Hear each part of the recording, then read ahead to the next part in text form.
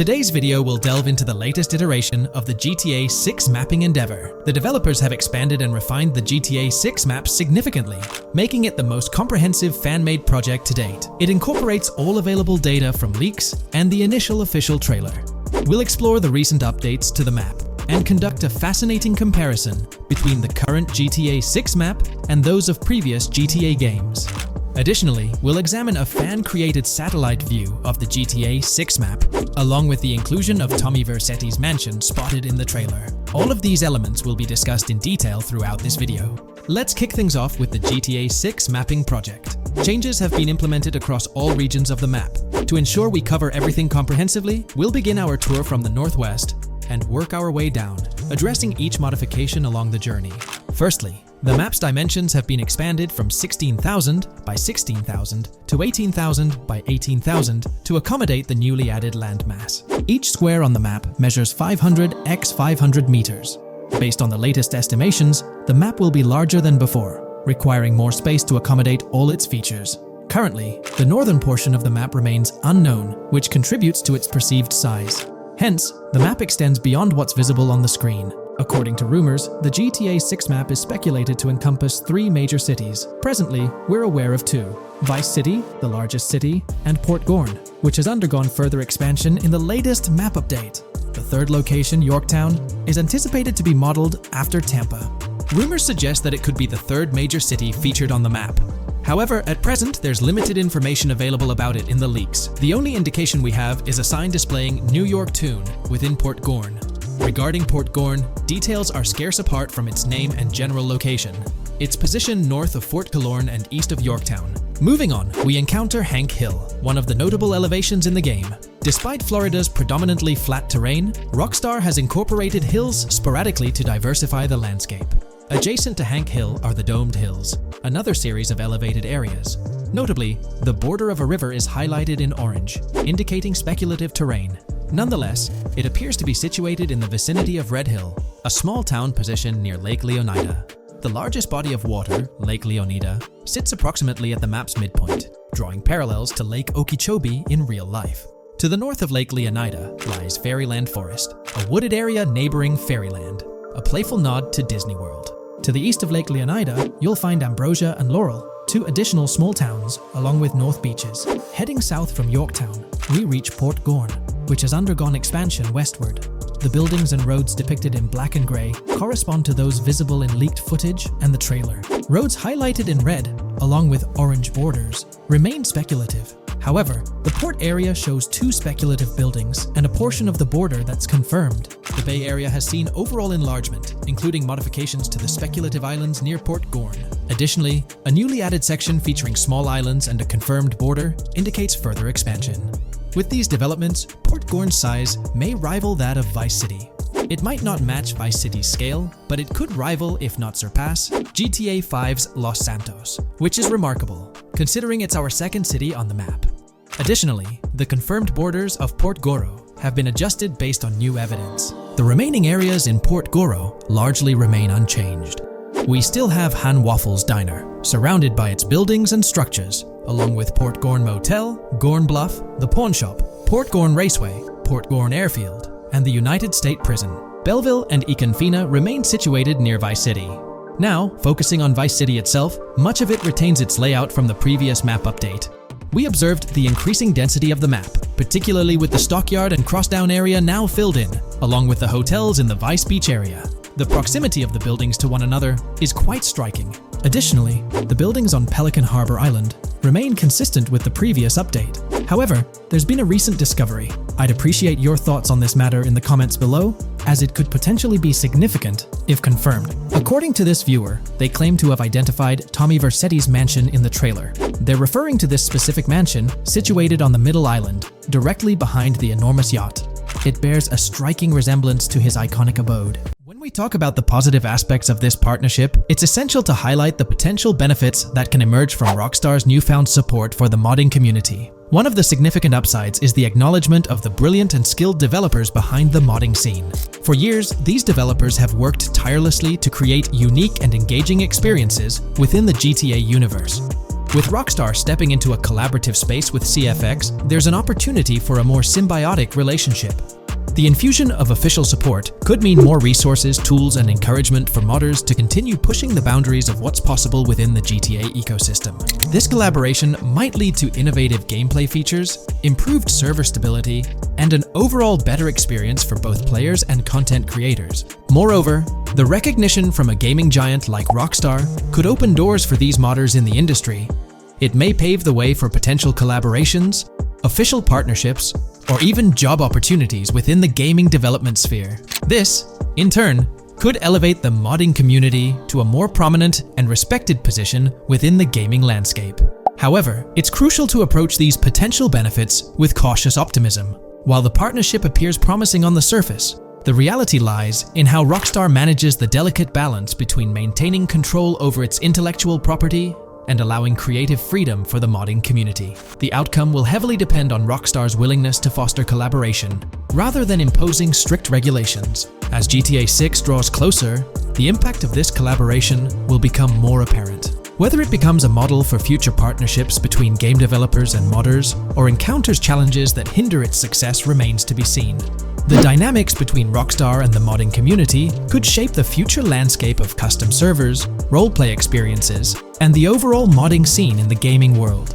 Stay tuned as we continue to explore and analyze the evolving relationship between Rockstar and the modding community. On the positive side, there's a glimmer of hope that Rockstar's acknowledgement of mods enhancing the player experience could pave the way for more modding support in GTA 6. This shift in perspective might lead to a more collaborative environment, where modders can contribute to the game's richness without fear of stringent restrictions. With Rockstar officially and financially supporting 5M, the CFX team gains more resources to elevate the GTA 6 server. This could mean a server even more impressive than the ones they currently run. The fact that 5M is now a Rockstar Games product suggests a vested interest in its success, promising additional funding and manpower to ensure its flourishing. An intriguing prospect emerges concerning the accessibility of custom servers. Currently limited to PC players, there's speculation that GTA 6 might integrate dedicated servers within the game itself, eliminating the need for external programs like 5M. If this unfolds, it opens the door for console players to join the custom server experience, broadening the player base and community. Moreover, Rockstar seems to be attuned to fan desires. Despite a larger audience watching RP compared to those actively playing it, Rockstar appears committed to making improvements. Their intent to let custom servers thrive suggests a more fan-centric approach, acknowledging and catering to the desires of the gaming community. However, there are potential pitfalls to consider. The most glaring concern is Rockstar's inclination to monetize these servers. While the specifics remain uncertain, it's almost certain that some form of monetization, be it through custom server shark cards or a pay-to-play system, will be implemented. This could introduce a paywall, affecting the accessibility and enjoyment of custom servers for certain players. As we navigate through this evolving landscape of Rockstar's partnership with 5M, the delicate balance between fostering creativity and implementing monetization strategies will determine the ultimate impact on the gaming community. Stay tuned as we continue to unravel the complexities of this collaboration and its implications for GTA 6 and the modding community. Let's unpack this a bit more. The whole monetization story got its moment in the spotlight during an earnings report where Take-Two CEO Strauss Zelnick spilled the beans. He essentially said, "If folks are messing around with our intellectual property, why not make a buck or two? It's a straightforward business move, really." Taking a page from the unprecedented success of GTA Online, it seems like Rockstar caught a glimpse of how these free servers could turn into a money-making machine. Now, the potential downside of this situation lies in the realm of competition. Rockstar's got its A-team working on the custom servers gig. That means anyone outside the Rockstar circle trying to whip up something akin to 5M is practically painting a target on themselves for a cease and desist. Let's face it, Rockstar might have eyed this strategic move with 5M from the get-go. However, with those servers gaining crazy popularity and the game becoming a sensation on Twitch and YouTube, shutting it down wouldn't have been the smart play. Instead, they pulled off a masterstroke, acquiring the team behind the biggest servers, effectively cornering the market and positioning themselves to profit from any potential imitators. Now, With GTA 6 on the horizon and servers in the works, Rockstar's sitting pretty. Some in the gaming community are even giving them a nod for finally throwing a bone to the community. But, and there's always a but, at the end of the day, Rockstar's the one making the rules. We'll all have to toe the line because, quite frankly, there won't be any other alternatives in the neighborhood. So, buckle up for Rockstar's GTA roleplay. It's going to be a wild ride. The landscape has already witnessed the repercussions, with servers and mods being handed the shutdown ticket for not playing by Rockstar's latest rulebook. The new mandates include a strict no to real-life vehicles, mission mods, and porting old Rockstar maps or assets rules that weren't in the playbook just a couple of years back. Now, while the financial backing from a mega corporation might seem like a savvy move on the surface, there's a lingering skepticism about whether it'll blossom into the fairy tale ending we've all been envisioning. It's a bit premature to slap a final verdict on the fate of 5M once GTA 6 hits the stage. Now, let's consider the potential repercussions for the vibrant RP community. While the partnership between Rockstar and 5M could bring about positive changes, there's an underlying worry within the RP enthusiasts. The fear is that with increased control and potential monetization, the organic and immersive RP experiences that players have come to love might face disruptions. RP communities thrive on creativity, flexibility, and a sense of autonomy. If Rockstar's influence leads to more rigid guidelines, it could alter the dynamic of these communities, potentially affecting the unique narratives and interactions that make RP servers so engaging. As we contemplate the potential impact, it's essential to look beyond the immediate horizon of GTA 6. The dynamics established through this collaboration could set a precedent for future interactions between gaming giants and modding communities across various games. Whether it becomes a model to be emulated or a cautionary tale will be closely watched by both players and industry stakeholders. The future of 5M and the broader modding community remains uncertain as GTA 6 inches closer to release. While concerns exist, there's also room for hope. The collaboration might lead to a harmonious blend of official support and community-driven creativity, enhancing the gaming experience for everyone involved. As players, content creators, and modders navigate this uncharted territory, the one constant is the love for the game and the shared hope for a positive evolution in the gaming landscape. Taking a stroll down memory lane, Rockstar's track record with monetization doesn't exactly calm the nerves. Add to that the current scenario where they're laying down the law for the CFX team, dictating what's permissible and what's not. This conjures up a cloud of uncertainty regarding the future of both 5M servers and the broader modding community. Personally, I'm a big fan of RP servers and that immersive content. It's my cup of tea. The idea that the same company that set the stage with GTA 5 might potentially tarnish 5M, turning it into a monetized maze with no alternatives, that's a bit of a buzzkill. Yet, here we are, in the waiting room until GTA 6 steps into the limelight. There's been a lot of talk since GTA 6 was announced, with rumors flying all over. But hey, here's a rundown of confirmed stuff like vehicles, items, weapons, and features for the game. Now, the official release of the game is still a good few years away. Rockstar Games is really putting in the work to make this game top-notch. But thanks to a leak, we've got some inside info. We're talking cars, new physics, main characters like Lucia and Jason, map locations, a massive open world, tons of stuff to do in-game, and a bunch of weapons you'll get to use. We've also learned about better AI for non-player characters, some RPG elements, and cool new gameplay features. All this has got the gaming community buzzing about what GTA 6 will bring when it finally drops. Let's dive into the primary video clips making rounds on social platforms, showcasing mission gameplay, and offering insights into Rockstar Games' vision for GTA 6. Among the widely shared footage is a mission featuring Lucia, the game's playable character, and a Latina protagonist attempting to rob Hank's Waffles, a diner. During this early test phase, the non-player characters lack distinct facial features and bear a dummy-like appearance, humorously dubbed in-game as such. By the way, I'm holding a monthly giveaway for a PlayStation 5. You just need to subscribe and you're entered. Now, back to the video. The NPC's responses are influenced by Lucia's aggressive actions, with various animations depicting the fear evoked by the robbery, akin to the dynamic NPC reactions seen in Red Dead Redemption 2. In the diner heist, Lucia has the option to aim her handgun at a hostage, providing players the choice to either rob or engage in hand-to-hand combat. Managing the hostage adds depth to criminal activities in the game. Jason, the white male protagonist, is also involved in the robbery, allowing players to interact with both characters during the encounter. Jason urges Lucia to act swiftly, and escape without a trace, hinting at a relationship reminiscent of Bonnie and Clyde, aligning with previous leaks regarding the game's storyline. The character's appearance bears similarities to actors Eva Mendes and Ryan Gosling from The Place Beyond the Pines, though it remains uncertain if the narrative will mirror the movie's plot. Lucia and Jason appear to be in their late 20s, and the game incorporates a character switching mechanism seamlessly activated through the controller's D-pad. As the police arrive, Lucia can menace another hostage, leading to a showdown with law enforcement outside. The intricate design of the outdoor area suggests a setting modeled after northern Florida, characterized by lush vegetation.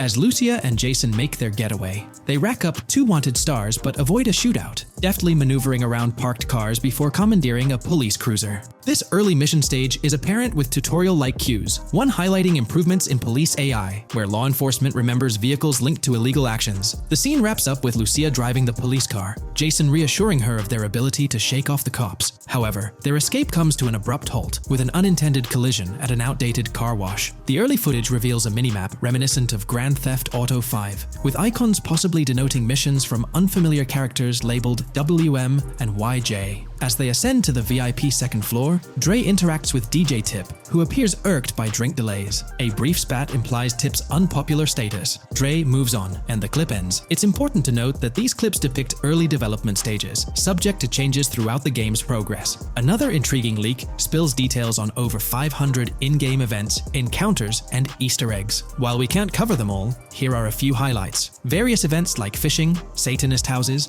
backyard wrestling rings, and big cat mansions offer diverse experiences within the game's universe. There's talk of missing tourists, yard sales offering new clothes, an event resembling insurance fraud from Saints Row, a mysterious voice in a storm drain, potentially a nod to Pennywise, a multi-location Bonnie and Clyde mystery, and a workout challenge hinting at the return of fitness activities. Additionally, within Grand Theft Auto 6, players can stumble upon an island camp, DUI tests, UFO sightings, an animal house, a swamp safari, and the prospect of crazy golf gameplay. Based on insights gathered from the GTA forums, GTA 6's open world is estimated to be at least 2.5 times larger than GTA 5, providing players with a vast and immersive environment to explore. The game draws inspiration from the successful approach seen in Red Dead Redemption 2, promising a meticulously crafted open world with captivating mysteries that elevate the gaming experience. GTA 6's development footage showcases recognizable real-life locations from Florida, such as the Homestead Miami Speedway, reimagined as the Port Gel Horn Racetrack, along with places like Portofino Tower, Sombrero Key Light, Solar Amphitheater Bayfront Park, and Lone Depot Park. Moreover, the inclusion of the 1000 Museum, a high-rise residential condominium in Miami, demonstrates Rockstar's dedication to detail. A metro map mirroring Miami's real version adds to the immersive nature of the game world. The presence of lush grasslands and vegetation hints at potential expansion into Georgia,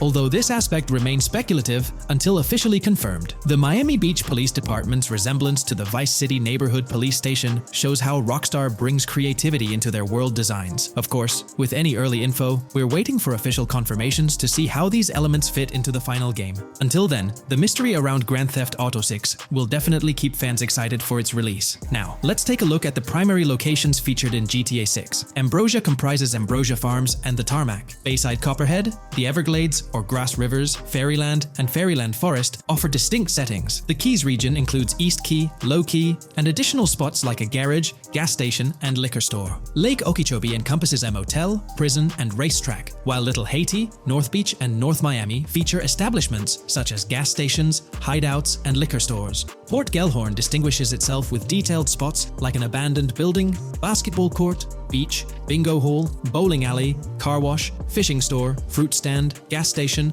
motel, pawn shop, police station, quick shop, raceway, soccer field, and more. Red Hill showcases a forest. South Beach offers a boardwalk, gym, hotel, Ocean Drive, and park, while South Miami Sundown includes a beach and tarmac. Vice Beach encompasses Vice City suburbs and Washington Beach. Miscellaneous locations such as an abandoned hotel, observatory, Fountain of Youth, homeless community, Malibu Club, Monument of Leonida, Redneck Yacht Club, Spaceship House, Underwater Research Facility, and Dinosaur World enrich the gaming world. Recent leaks from this week strongly suggest that Alexandra Christina Echevarri might be the voice behind Lucia in Grand Theft Auto 6. Her voice in a demo reel closely matches the leaked clips of Lucia's dialogues, hinting at her likely portrayal of the character. Throughout this breakdown, we've covered loads of info about Grand Theft Auto 6, diving into different aspects of the game. It was important to cover everything we know about the game so far, and while we're eagerly waiting for it, it might still be a couple of years before we get our hands on it. Let's kick off by highlighting some cool discoveries from the leaked clips, focusing on new features and gameplay details revealed. In one scene, Jason and his pals are chilling by an in-ground pool in a modest neighborhood, cracking jokes about a parody of social media called Life Invader. Their banter brings in playful references to Jay Norris's demise, showcasing that classic Grand Theft Auto humor fans love. Lucia and Jason are shown in animation tests doing different actions like jogging, stopping, and ducking to avoid gunfire. Rockstar's developers also tested vehicle crash physics on an overpass. The highway signs on Interstate 97 mention North Beaches and Lake Leonida, with the current exit leading to Washington Beach. In another interesting scene, Jason finds a shipping container filled with stacks of cash and a motorbike. Various development clips reveal tweaks being made to a vehicle's interior, hinting at potential new designs or customization options for players. Throughout the clips, interactions with NPCs in the open world are demonstrated, including characters taking selfies, which adds depth to the game's environment and immersion. There's a moment where Jason enters a gang member's territory and takes cover behind a truck, showcasing unique animations for characters reacting to being shot. A notable find in the clips is a jetpack, previously leaked by Tom Henderson, which is seen inside the Jack of Hearts Club. The game features parody social media logos like Snapchat, Instagram, and Life Invader. Characters also sport different hairstyles, with details like Lucia's visible bra under her shirt, adding realism. A new feature is the ability for players and NPCs to hold their guns sideways during combat, adding a different dimension to fights.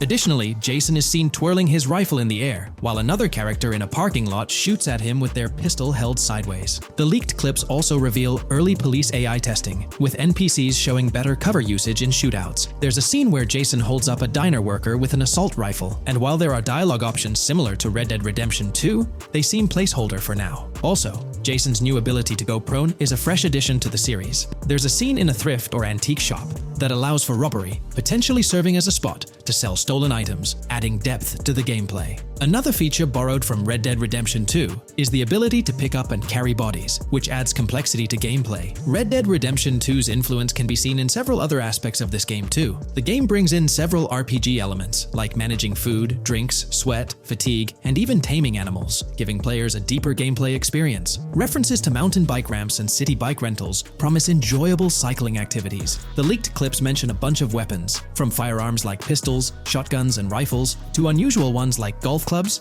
baseball bats, and crowbars. Players can also use equipment such as flashlights, binoculars, lockpicks, and more. Additionally, players can stay in motels and hotels, with the Kington Hotel being one of the options. There's even a pool party with live music for players to check out. References to the Everglades and wildlife like alligators, snakes, raccoons, and birds suggest diverse environments to explore. The weapon wheel system, similar to Red Dead Redemption 2, limits the number of weapons and items players can carry. Lucia can carry a loot bag, possibly used for robberies or stealing from different places. The inventory system allows players to carry health kits and other items for temporary boosts, and Jason can pick up and drop weapons from his inventory. The clips hint at animations like overdose, suggesting unique actions or events in the game. There are indications of horses and horse riding mechanics, possibly inspired by Red Dead Redemption 2.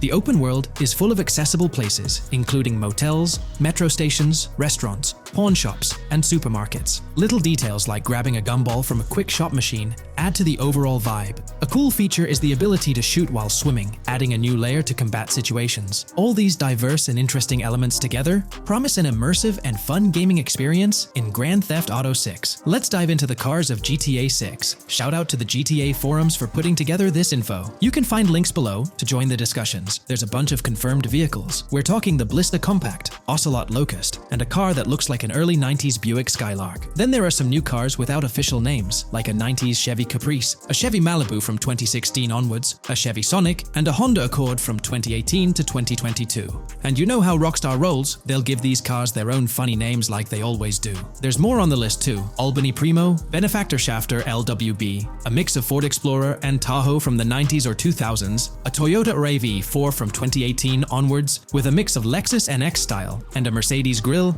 Pegassi Tauros, a 1980s Jeep CJA Scrambler, a 5th-gen F150, a G20 conversion van, a Brute Camper, Vapid Speedo, HV Mixer, Metro Mover, D-Class Sheriff SUV, Mobatsu Sanchez Livery, Nagasaki Street Blazer, a 1970s Ford Ranchero, a 1971 Buick Estate, an Albany Emperor, D-Class Turbo Sabre, Yoga Classic, the Contender, and Sadler. Moreover, gamers can anticipate a range of vehicles in Grand Theft Auto 6, including the Slam Van pickup, Bobcat XL, an updated Regina, Alpha, Gauntlet Classic, Moonbeam Helion, Boxville Go Postal, an unidentified Albany vehicle drawing inspiration from a 1959 to 60 Cadillac, a Rebel, an unknown Asian sedan, a Ferrazzi or Feroci, Baller, Novak, Buffalo STX, Alpha and Feudo, a Benson NF 890, Buffalo without a sports bumper, and the Steyr and Landstalker. This extensive lineup promises an immersive and varied driving experience for players within the game. What's got you hyped about this game? Share your thoughts in the comments below.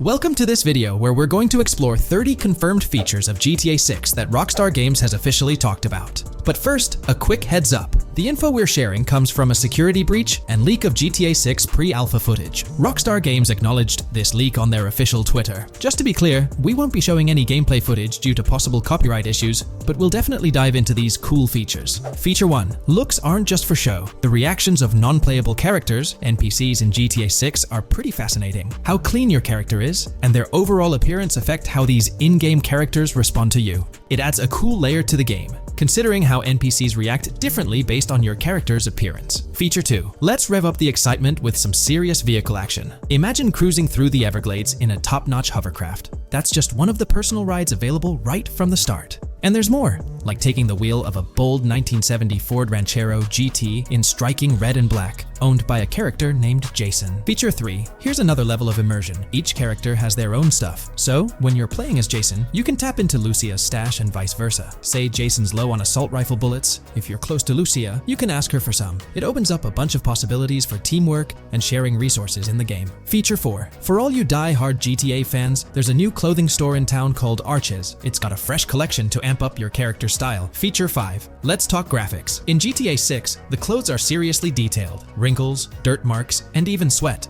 Paying so much attention to clothing details makes the characters look super real, adding a ton of authenticity and making the game more immersive. Feature 6. While exploring the vast game world of GTA 6, you'll see a seamless mix of modern vehicles in urban areas and older ones in rural spots like the Everglades. It gives that cool GTA vibe, whether you're cruising in a flashy city car or taking a nostalgic drive in the countryside. GTA 6 has a bunch of wheels to fit whatever mood you're in. Feature 7. During certain heists, there's a timer showing when the cops will show up. Some think it's a developer thing, but it could mean players need to plan their heists well, syncing with the police response for a perfect score. That'd definitely add an exciting twist. Feature 8. I'm buzzing about this one. GTA 6 will feature a massive aquarium. Yes, you heard that right. Players get to explore an aquarium within the game, adding a cool new element to the gameplay. Feature 9. There's a limit on inventory space. Players can't stockpile an endless number of items. A smart move would involve rummaging through crates and storage spots at the docks to earn cash and gather valuable stuff, spicing up the gameplay. Feature 10. Here's something cool. In GTA 6, you're not stuck with your character's right side view like in GTA 5.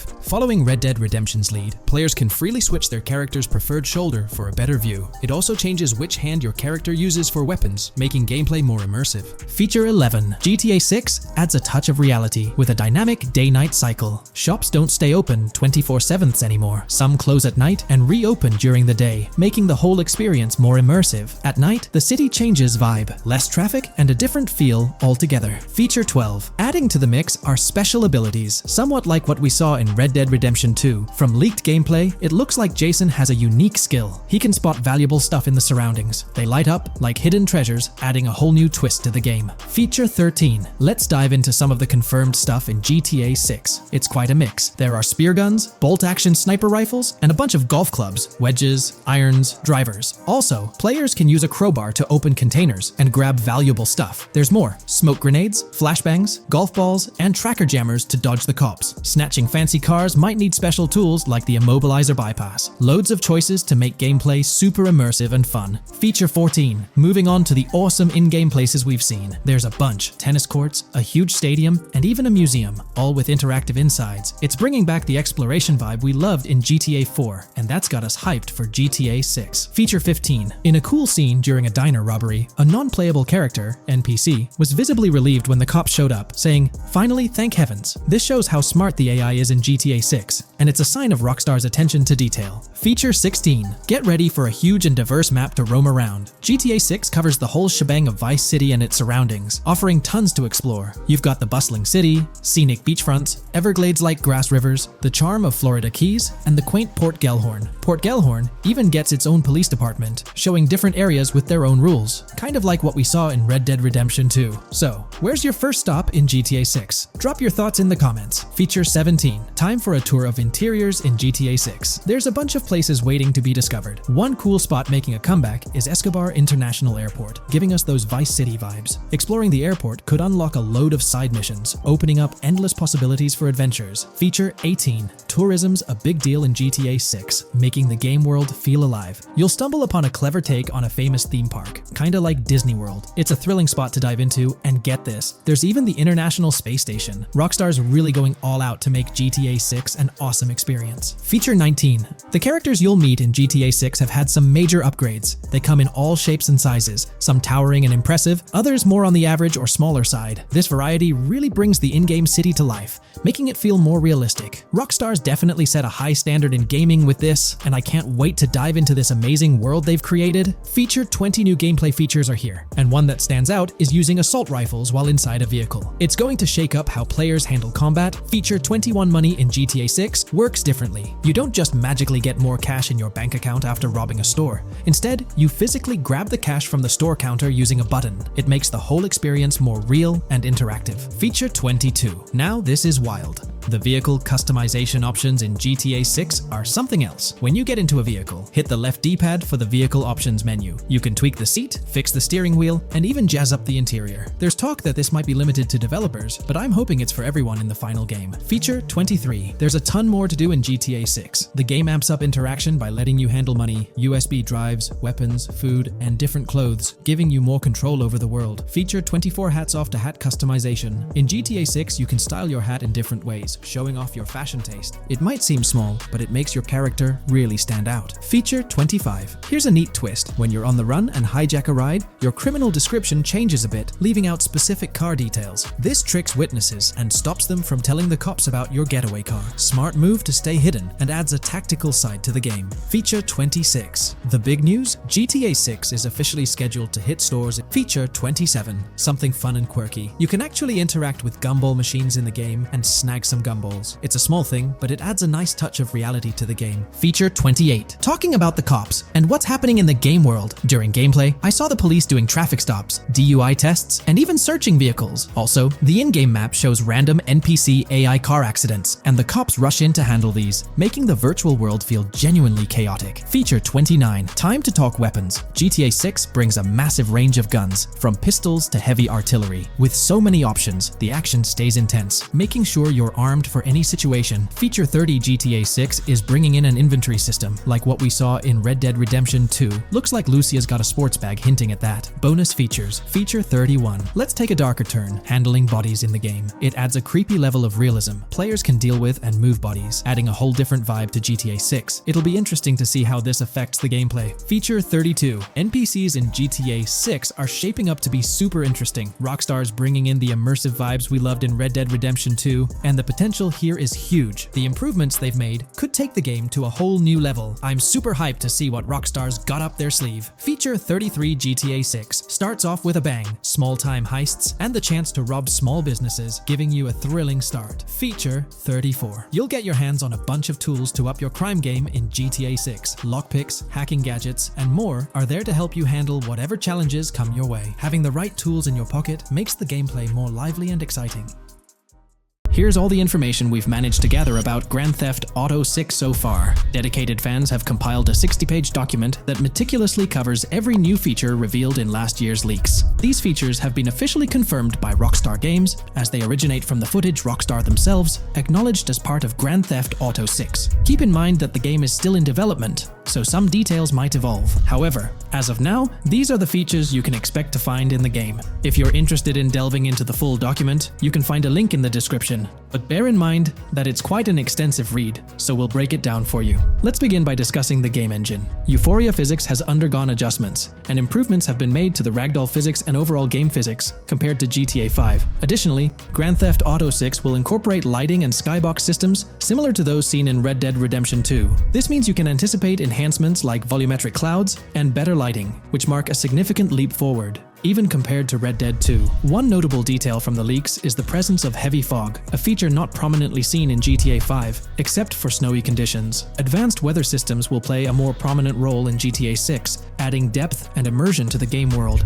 As for characters, we already have insights into several individuals set to appear in the game. While Jason and Lucia are the main protagonists, the leaks have revealed the existence of other characters. These include Dre, not to be confused with Dr. Dre, Sam, a friend of Dre, Kai Wyman, Zach R.B. Shaw, and several others like Vicky, Iris, Shanice, and YJ. It's quite astonishing that we even have details about their heights. Lucia stands at 5 feet 3 inches, while Jason measures 6 feet 1 inch tall. By the way, I'm holding a monthly giveaway for a PlayStation 5. You just need to subscribe and you're entered. Now, back to the video. We've also got details on 3 different gangs set to make an appearance in Vice City: Sand for Sand, a Haitian gang, the Guardia Brothers, and the Far-Right Militia. Moving on to tools and items, the list is quite extensive. You can expect to find an autodialer, binoculars, immobilizer bypass, a color tool, painkillers, a pool cue, trauma kits, a golf driver, various food and drink items, a golf putter, a USB drive, a golf iron, a crowbar, a golf wedge, a torch, a Slim Jim, a tracker jammer, a duffel bag for stashing your loot, cigarettes, and a backpack, again for storing your loot. When it comes to weaponry, the leaks confirm several options: a rocket launcher, an assault rifle, a baseball bat, a polymer pistol, a knife, a bolt-action sniper rifle, a Molotov cocktail, a spear gun, which is intriguing, a smoke grenade, a compact SMG, a flashbang, a micro SMG, a hunter sniper rifle, a heavy machine gun, an auto rifle, and a pump-action shotgun. The weapon wheel system will be divided into 3 sections: weapons, equipment, and gear. This setup is reminiscent of Red Dead Redemption 2, where you had access to your weapons, items, and horse all in one interface. Notably, we've seen glimpses of the ability to hold different weapons in each hand, and there's an additional quick item inventory in the bottom left corner of your screen. In a video clip, we observed an NPC firing at Jason, and shortly after, we noticed that Jason's health was low. A tip appeared on the left side of the screen, indicating, "You were injured. Your health will regenerate slowly. Open your weapon wheel and use a recovery item to replenish your health faster." Unlike GTA 5, where your health regenerated only up to 50%, in GTA 6, it seems that you may regenerate to full health naturally, albeit at a sluggish pace. However, if you want to expedite your healing process, you can employ a medical item. We've got confirmation on 7 open-world activities that will be available in the game. Currently, these activities include dice, golf, fishing, and races. Additionally, there's a van shipment activity, and in one of the videos, you can spot the spawning location for a delivery van event. This location is near the industrial area of Port Gellhorn, and it's noteworthy that there's a warning poster about security cameras in this area, suggesting the need for caution while attempting to rob the van. Now, regarding robberies, if you've seen the leaks, you might remember the Hank's Waffles robbery, which was quite impressive. Jason and Lucia took on the challenge of robbing this massive diner. In another clip, when Jason was entering a store for a robbery, it became apparent that he possessed an ability allowing him to see through walls. The leaks also mention events related to searching vehicle trunks for something valuable, or perhaps finding nothing at all. Moving on, there's another event type called deliveries mentioned, specific to Port Gellhorn. It's somewhat challenging to predict the exact nature of these events, but that's all the information we have for now. As for enterable buildings, Grand Theft Auto 6 is set to offer more opportunities for exploration. Confirmed locations you can enter include the Malibu Club, a pawn shop, the Jack of Hearts, supermarkets, bars, restaurants, apartments, and laundries.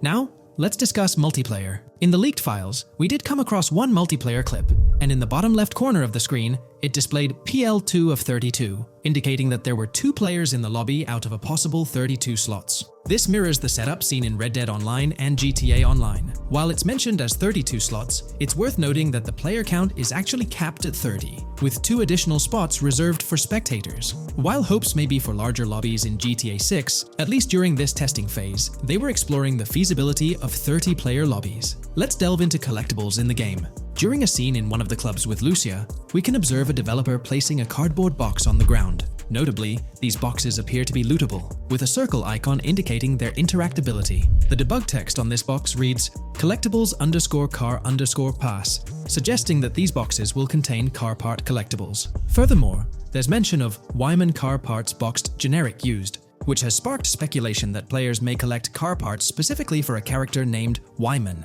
It's inferred that both Jason and Wyman share an interest in classic cars. Moving on, we've got collectible hats. In a video featuring Jason in an apartment, a developer is seen interacting with a hat labeled as an ambient collectible hat in the debug text. This implies that one of the ambient activities in the game will involve gathering various articles of clothing, which adds an intriguing layer to gameplay. Now there's a comprehensive list of brands featured in the game, which I won't read out individually, as many may not be of significant importance to the storyline. Instead, I'll display them on your screen for your reference. Feel free to pause the video if you'd like to take a closer look. Moreover, we have a list of confirmed animals in the game. As of now, the roster includes snakes, seagulls, skunks, raccoons, alligators, boars, wading birds, squirrels, southern leopard frogs, crayfish, lizards, skunk apes, pigeons, opossums, and whales. Keep in mind that this is not an exhaustive list, and there's a good chance we'll encounter even more wildlife when the game officially launches. These are simply the animals we have information on at this point in time.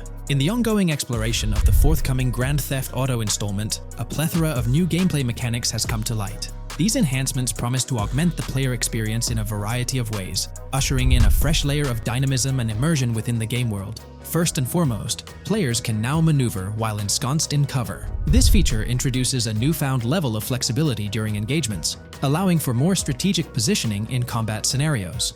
Additionally, the ability to assume a prone position, a feature conspicuously absent in previous iterations of the game, adds an exciting dimension to gameplay, affording players the capacity to lie flat on the ground, potentially enhancing stealth and tactical maneuvers. Furthermore, the inclusion of loot bags offers a means to store surplus items, expanding inventory management options. An interesting addition is the capability to both drop and retrieve weapons, affording players greater adaptability in response to evolving circumstances.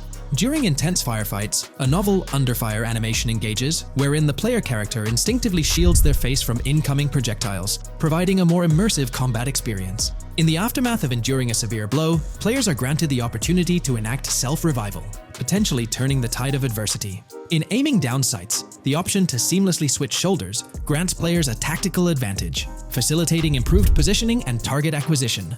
Moreover, hand-to-hand combat now includes the ability to execute grabs, diversifying the melee combat mechanics. A noteworthy addition to the game is the implementation of buddy communication, embodied in the Buddy Comms and Buddy Ping system. Although specific details remain undisclosed, it is plausible that these features will facilitate coordinated actions between the two main characters, Jason and Lucia. Vehicle combat has witnessed a transformation, as shooting from car windows now entails the complete egress of the player character from the window, enabling full 360-degree firing capabilities, thereby revolutionizing vehicular combat dynamics. The intriguing Eagle Eye system, seemingly exclusive to Jason, allows for a form of wall-penetrating vision, although its applicability to Lucia remains uncertain. Enhancements also extend to interactions with in-game elements. Players will find themselves endowed with a broader range of interactions, such as the capacity to carry bodies, engage in robberies, issue threats, and converse with non-playable characters, NPCs, during heists. Moreover, the ability to collect additional items, including beer bottles and cans, enriches the gameplay experience. Shifting the focus to new gameplay systems, one particularly exciting addition is the concept of money laundering. During the Hank's Waffles robbery, an icon associated with the car wash property, a washing machine adorned with a $sign, has been identified as indicative of money laundering. This suggests that players may have the opportunity to purchase specific types of businesses with the intent of laundering illicit funds in the single-player mode. Moreover, the inclusion of fences introduces a layer of illegal commerce within the game. These fences serve as intermediaries for players to sell illegal items, providing a means to offload contraband and potentially profit from illicit endeavors. The inclusion of hacking mechanics is confirmed to some extent in the game. Lucia is equipped with a set of intriguing tools, including a tracker jammer, immobilizer bypass, USB drive, and an auto dialer. As of now, it remains unconfirmed whether Jason will also have access to these items. Historical leaks from a few years ago hinted that Lucia would be the designated hacker, so the extent of hacking abilities for each character awaits further clarification. Among the event types within the game, two distinct categories emerge: pragmatic cool and chaotic and romantic cool. While specific details surrounding these events are not fully disclosed, they introduce intriguing possibilities for players to navigate. Furthermore, during robberies, players will have the capacity to issue commands to the other character involved. In a video clip from the leaks depicting a robbery, a tip notification suggests checking in with Jason or holding for more options. This implies that players can give their partner commands during a heist. Notably, prompts to instruct Jason to either surrender or follow indicate a degree of control over both characters simultaneously, simplifying coordination compared to relying solely on AI behavior. The witness system and police recognition within the game hold significant implications. During the Hank's Waffle robbery video, an interesting detail surfaces regarding the wanted level stars interface, which includes the term full description. This strongly suggests that witnesses within the game possess comprehensive knowledge about the player character. Consequently, law enforcement is expected to recognize the player once Lucia enters a police vehicle. Additionally, a transition is observed from no vehicle description to full vehicle description in response to Lucia's actions. This implies that even after losing a wanted level, if the police spot the player in the same vehicle, they will react accordingly, potentially leading to an arrest or hostile encounter. During the robbery sequence, Jason can be seen actively preventing customers marked with yellow icons above their heads from calling the authorities or fleeing the scene. Notably, an NPC within the diner exhibits a yellow icon above her head. Following Lucia's exit from the diner, the icon begins to flicker. Subsequently, as Lucia approaches a police car surrounded by law enforcement, the icon shifts to red. The female NPC then departs from the diner, making eye contact with Lucia before hastening away. These developments underscore the sophistication of NPC interactions, presenting a notable advancement in the game's artificial intelligence systems. The prospect of item sharing between the characters Jason and Lucia is on the horizon. A notable example emerges from a video clip where Jason pilfers items from containers, opting to retain some while distributing others. This cooperative element extends to the unlocking of doors and gates, exemplified in a video featuring Jason within the Sand for Sand area, which, if you recall, is the moniker of a gang in GTA 6. In this particular clip, Jason stealthily maneuvers past a red truck, revealing a door from an import garage building bearing the descriptor "door panel locked" in its debug text. In juxtaposition, a gate within the same clip indicates "door unlocked," signifying the necessity of unlocking specific access points. Subsequently, we delve into an extensive catalog of new features, commencing with an upgraded AI system. In a visual excerpt, the enemy AI exhibits an inclination to open fire upon Lucia when she pivots to face them. This hints at AI entities possessing a heightened acumen for discerning opportune moments to engage in combat. Impressively, AI units adapt their elevation relative to surrounding obstacles, steering clear of potentially disadvantageous head-glitching tactics. Furthermore, a prudent alteration manifests as AI adversaries opting to lower their stance during weapon reloads, a judicious move compared to reloading while exposed in the open. Enhanced AI combat tactics are evident in their lateral strafing maneuvers during shootouts. Notably, NPC behavior has undergone substantial refinement. As discernible in the leaked materials, AI characters no longer traverse the game world in solitary isolation, but now frequently assemble into groups. This intriguing development is reminiscent of a feature previously observed in Red Dead Redemption 2, where NPCs often moved in cohesive units. An illustrative instance materializes in a video where Lucia, carrying a duffel bag, shares the sidewalk with three individuals attired as tourists, who engage in animated conversation while strolling past her. This signifies a notable departure from GTA 5, where pedestrians predominantly ambulated in solitary fashion, contrasting with the forthcoming inclusion of group dynamics, perhaps even encompassing couples or social cliques, enhancing the verisimilitude of the game world. A notable addition to the gameplay dynamics is the option to voluntarily surrender to law enforcement during a robbery. The consequences of such an action remain shrouded in uncertainty, warranting further exploration upon the game's release. Furthermore,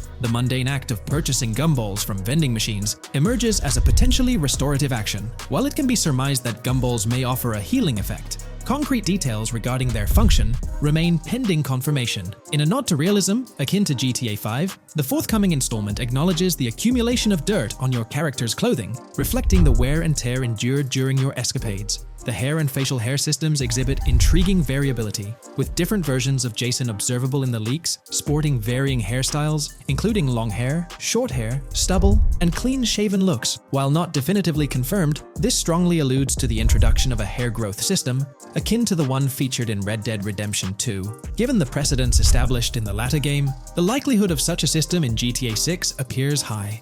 Expanding the repertoire of actions available to players, the ability to consume items directly from your inventory is showcased. When Jason visits a gas station, the inventory reveals options for wine, soda, and fruit consumption, implying that you can partake in these items at your convenience, akin to the mechanics present in Red Dead and GTA Online. Introducing a novel event type named Cop Trap, the game incorporates scenarios where law enforcement sets up traps at multiple locations. While the precise details of these traps remain undisclosed, it is apparent that police will employ diverse tactics to ensnare players. An overhaul in the police system introduces the concept of time until cops dispatch. In this iteration, criminal activities do not instantly summon law enforcement. Instead, players are afforded a brief window to execute an escape before the police response commences. The inclusion of security cameras as a surveillance mechanism adds complexity to evading detection. Unlike the conventional implementation in GTA Online, these cameras employ a detection meter, reminiscent of mechanics seen in games like Payday 2 or Payday 3. Players must act swiftly to evade the camera's line of sight within a specified time frame, akin to a filling bar, to avoid detection. This novel approach to security cameras introduces a fresh layer of challenge and strategy to evading law enforcement. Players will have the newfound ability to restrain non-player characters, NPCs. The primary method, as gleaned from the leaks, involves the use of zip ties. This restraint option becomes particularly pertinent during robbery scenarios, where players can employ zip ties to immobilize NPCs. A novel feature that comes to light is the capacity to loot vehicles. A fleeting glimpse in the Hank's Waffles video reveals a button prompt in the bottom right corner of the screen, labeled Examine SUV. This hints at the prospect of inspecting random cars and potentially engaging in vehicular theft. To make car theft more engaging, an advanced hijacking system is on the horizon. The existence of the immobilizer bypass device previously discussed suggests that pilfering high-end vehicles will pose a greater challenge. Additionally, an item known as the Slim Jim will facilitate unlocking older model cars. These mechanics collectively point to the notion that hijacking automobiles will become a more intricate endeavor, with the potential for car theft endeavors to end in failure. Furthermore, two intriguing event types emerge, namely carjacking, CAT, and carjacking, advanced AI. These events suggest that the vehicular hijacking process will incorporate nuanced elements, potentially involving the interference of an AI-controlled entity. GTA 6 promises to deliver an augmented vehicular experience through improved vehicle damage and handling. In a displayed video clip, as Lucia attempts to evade pursuing law enforcement, cars suffer more impactful damage. Notably, various parts of the vehicles, such as the front fender and hood, demonstrate more realistic deformation and fragmentation. The in-game interiors now feature functional GPS and waypoint systems on the dashboard, enhancing navigational convenience for players driving in the first-person perspective. Additionally, players have the option to enter a car via the passenger seat, offering flexibility in vehicle interaction. A hallmark of GTA 6 is its meticulous attention to detail. Players can encounter raccoons engaging in behavior, such as rummaging through trash cans and pilfering food bags. These instances are categorized as world events, denoted as raccoon climb out of garbage, raccoon rummage trash, and raccoon steal food bag. While numerous other subtle details enrich the game world, they are too numerous to enumerate here. Interested individuals can explore these intricacies further through the provided link. Expect a heightened level of auditory realism in GTA 6. Weapon sounds exhibit enhanced clarity and realism, with greater volume. The sounds of bodies impacting the ground will resonate with a more substantial thud, evoking a heightened sense of impact. Police sirens will reverberate off buildings and environmental elements with heightened realism, while items will produce varying auditory responses contingent on the surrounding context. In essence, sound design in GTA 6 aims to authentically replicate real-life auditory experiences. Fascinating developments. Several months ago, a colossal trove of leaked data unveiled a wealth of intriguing random events, world encounters, that promise to enrich the GTA 6 experience. While I won't delve into all of them, the list is nothing short of captivating. Events range from mundane occurrences like parking disputes to more enthralling incidents such as donut burnouts, protests, and even someone suffering a concussion. The prospect of navigating the lifelike world of Vice City, teeming with such diverse activities, is undeniably exhilarating. I strongly recommend pausing the video to peruse this remarkable compilation. Additionally, we have been privy to an extensive catalogue of vehicles slated to appear in GTA 6. These vehicles, gleaned from both in-game leaks and files, I encourage you to peruse this comprehensive list at your leisure. It resides on page 30 of the document. Furthermore, the leaks have divulged a plethora of confirmed locations within Vice City and its environs. Naturally, Vice City itself takes center stage, while several districts and neighborhoods will pepper its landscape. Notable locations include Edgewater, North Bay City, Rock Ridge, Little Haiti, Vice Beach, South Beach, Washington Beach, and Key Biscayne. Port Gellhorn, intriguingly, appears as a separate city akin to Sandy Shores or Palito Bay from previous iterations. The list extends to encompass Yorktown, Ambrosia, Sundown, the Keys, La Pearl, Red Hill, Lake Leonida, Hamlet, Stockyard, Homestead, Grass Rivers, Ekin, Fanaka, Underwater, and Relief. Each of these major locations contains a multitude of sub-locations, a testament to the meticulous world-building evident in the game. As if this weren't enough, the dedicated community has endeavored to construct a speculative map of GTA 6 based on coordinates extracted from the leaks. While the precise layout of the map's northern region remains uncertain, the map preview encapsulates the sprawling Vice City to the south and Port Gellhorn on the left. This visual representation of the game world is undeniably impressive and stokes the anticipation for the immersive adventures that await.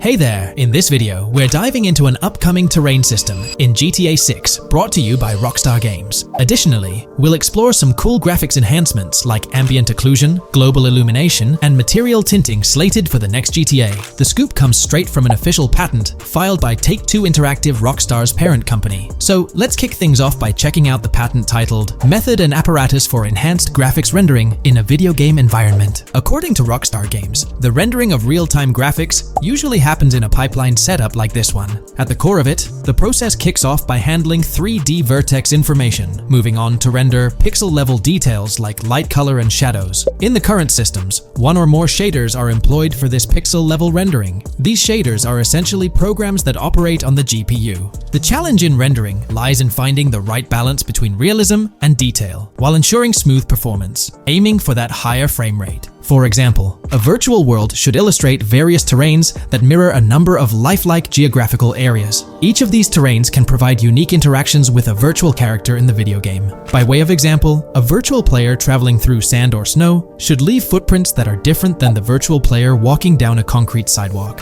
However, because of the number of various terrains that need to be accounted for, and the unique behavior of each terrain, conventional graphics systems do not have enough processing power to account for dynamic terrain and the associated interaction with players of the game. So, Rockstar Games developed a shader system for efficiently rendering various types of terrain with high realism. Let's take a peek at the system. The world level map, visible in the bottom right, outlines all the different dynamic terrains, such as muddy, sandy, grassy, hard ground, snowy, and more. Take a gander at this world level map showcasing the diverse terrains. Now, let's explore the various dynamic terrain zones within the game world. Using Red Dead Redemption 2 as an illustration, this world level map plays a pivotal role in determining the terrain that players or NPCs interact with. Essentially, it acts as the foundation to generate a trail map. Think of a trail map as a record of all the imprints left behind by characters, vehicles, and other objects, like the aftermath of explosions. Take this image for instance, showcasing how the snow has been altered by the actions of this NPC. Different shaders of the shader system are used for different terrain types and with different trail map types. For example, basic terrains do not require special shaders, while shallow mud terrains can advantageously benefit from a parallax surface shader to efficiently show ruts and tracks in the terrain with a high detail trail map. As an additional example, deep mud terrain may use a tessellation surface shader to model the ruts and tracks in the mud. You might be aware that in Red Dead Redemption 2, you can leave realistic footprints in the snow and mud. Rockstar explained that they employed two shaders for this effect: parallax maps and desolation. These shaders create a convincing illusion of high-level deformation, where footprints appear on the terrain's surface. In reality, the surface is warped but not physically deformed, ensuring a smooth and polished movement experience. In GTA 6, they're applying the same technique to bring an extra layer of realism. This will be particularly noticeable with explosions, firing RPGs at the ground, walking through mud, or driving vehicles through it, each leaving distinct tracks based on the terrain. RPGs, for instance, will create crazy craters on the ground. This adds a significant level of interactivity, making it feel like you're genuinely impacting the game world in real time. Despite it being an illusion, the result will be remarkably realistic, akin to the snow in Red Dead Redemption 2. To sum it up, this graphics rendering patent encompasses the dynamic terrain, ambient occlusion, global illumination, and material tinting, all exciting new features making their way to GTA 6. Rockstar has invented and patented new graphics rendering systems, which aims to fix some of the problems of traditional graphics rendering systems to make graphics rendering more efficient, thus improving performance and allowing for better, more realistic, and more immersive visuals. Dynamic Terrain System. This is a system that records and creates trail maps which make it possible that terrains can be visually deformed when being interacted with in various ways. Players, NPCs, vehicles, objects, and explosions can affect the terrain. For example, leaving footprints or vehicle tracks in sand can be seen in action in Trailer 1. Explosions will leave craters in the terrain as well. It's also possible for certain changes to the terrain to disappear over time. For example, footprints and tracks in mud disappearing after some time, since the viscosity of mud makes it return to its normal state after some time. There are different types of terrains, for example, muddy, sandy, hard ground, grassy, or snowy terrain. Each type of terrain will react differently. A sandy terrain will be more easily deformed than a grassy terrain, for example. In the initial part of our video, we delved into the rendering pipeline, which also incorporates a lighting stage. While conventional systems often utilize cube maps for pre-rendering lighting, it's worth noting that this is mainly for static elements. When it comes to dynamic characters, pre-computed lighting falls short in accommodating changes from objects within the scene. Although ambient occlusion can be pre-baked, it lacks the capability to update dynamically. Realism takes a hit due to this. Conventional systems often incorporate static lights to mimic reflected light, like sunlight bouncing off the ground and under a table. However, this static approach fails to update with changes in the light source. To address these challenges, Rockstar has patented new systems. Ambient occlusion. This is a graphics technique that can be utilized in multiple forms to determine how light and shading are displayed on an object. It can lead to darkened areas, enhanced contrast, and improved surfaces due to this technology. This patent's ambient occlusion system offers some special advantages. Determined by either preset or randomized assets based on developer discretion, the lighting can greatly provide a new vision to world building to make certain areas stand out, akin to a real-life setting. Global illumination.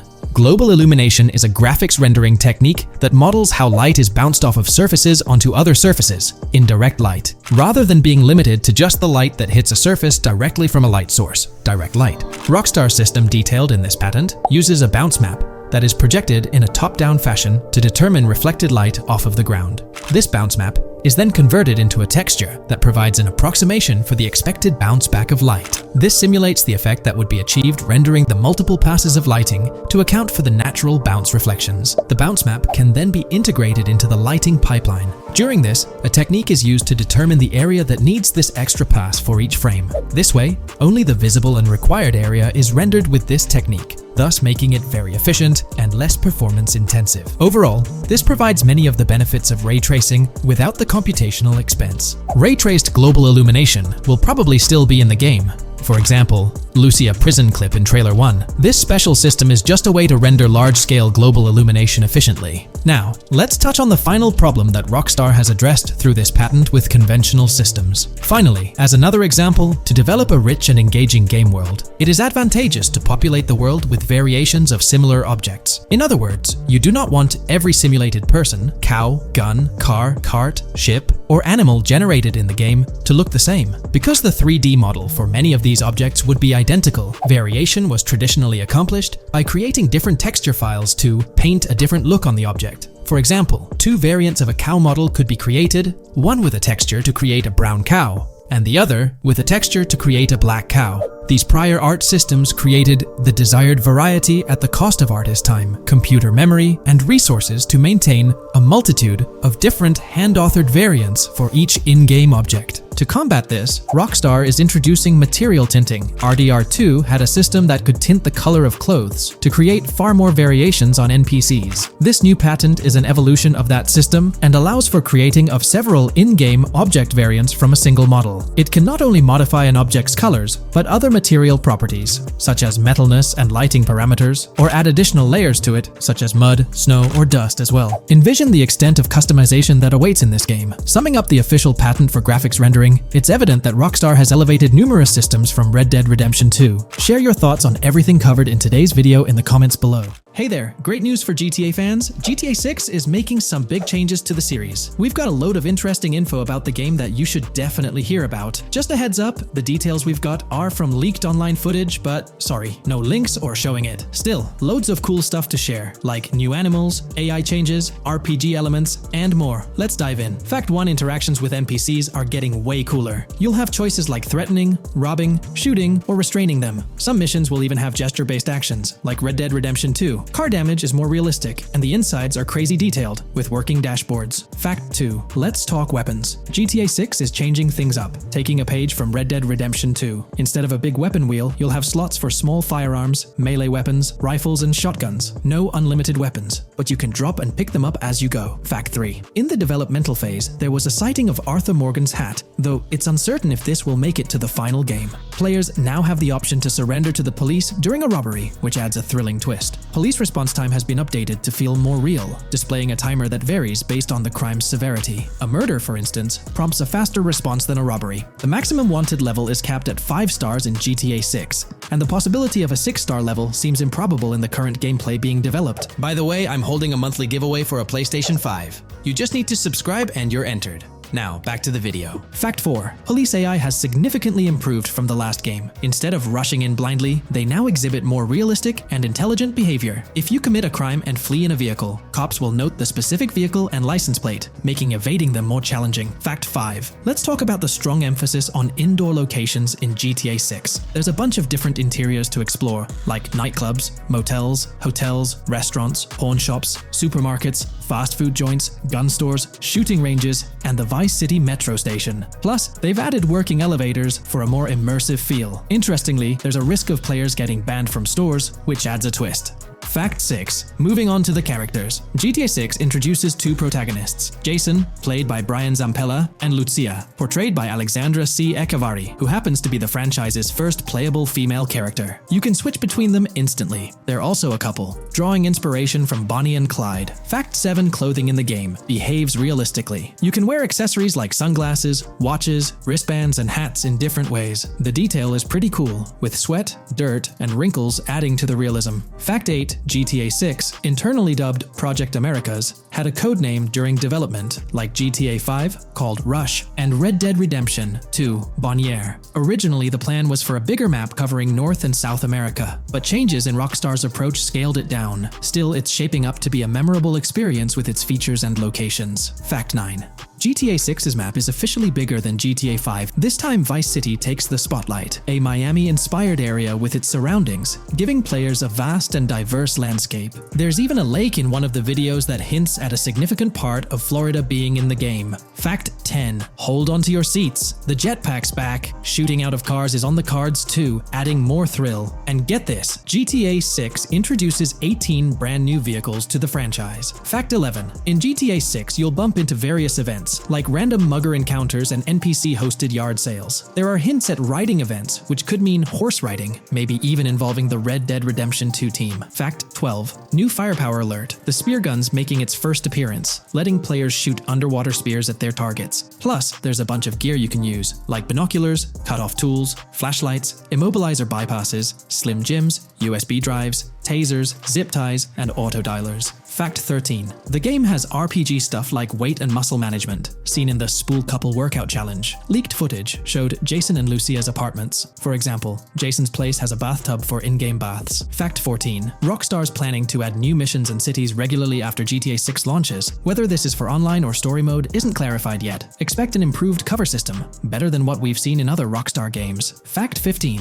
make sure not to overlook the Kingston Hotel. It's a lively spot with pool parties and live music, making GTA 6's world even more vibrant. Fact 16: GTA 6 gets more interactive with working CCTV cameras that you can wreck. Be wary of cop traps, spots where cops wait to nab you, and be prepared for intense moments with dirty cop shakedown events. Fact 17: as part of the immersive feel, the game includes DUI sobriety tests, but it's unclear if they're for the player character or random NPCs. Rockstar's focus on detail shines, even with fully working gumball machines in the game. Fact 18: The gunplay in GTA 6 resembles what we've seen in Red Dead Redemption 2 and Max Payne 3. It might be worth giving those games a shot before GTA 6 comes out, if you haven't already. And activities? GTA 6 is loaded with options, from fishing and crazy golf to basketball, football, and soccer. There are gyms to work out in, a yacht club, and even a racetrack. Fact 19. Get ready for a modern-day setting. Post-GTA 5 events, the game is meticulously detailed, recreating many Miami landmarks like a grand tennis court,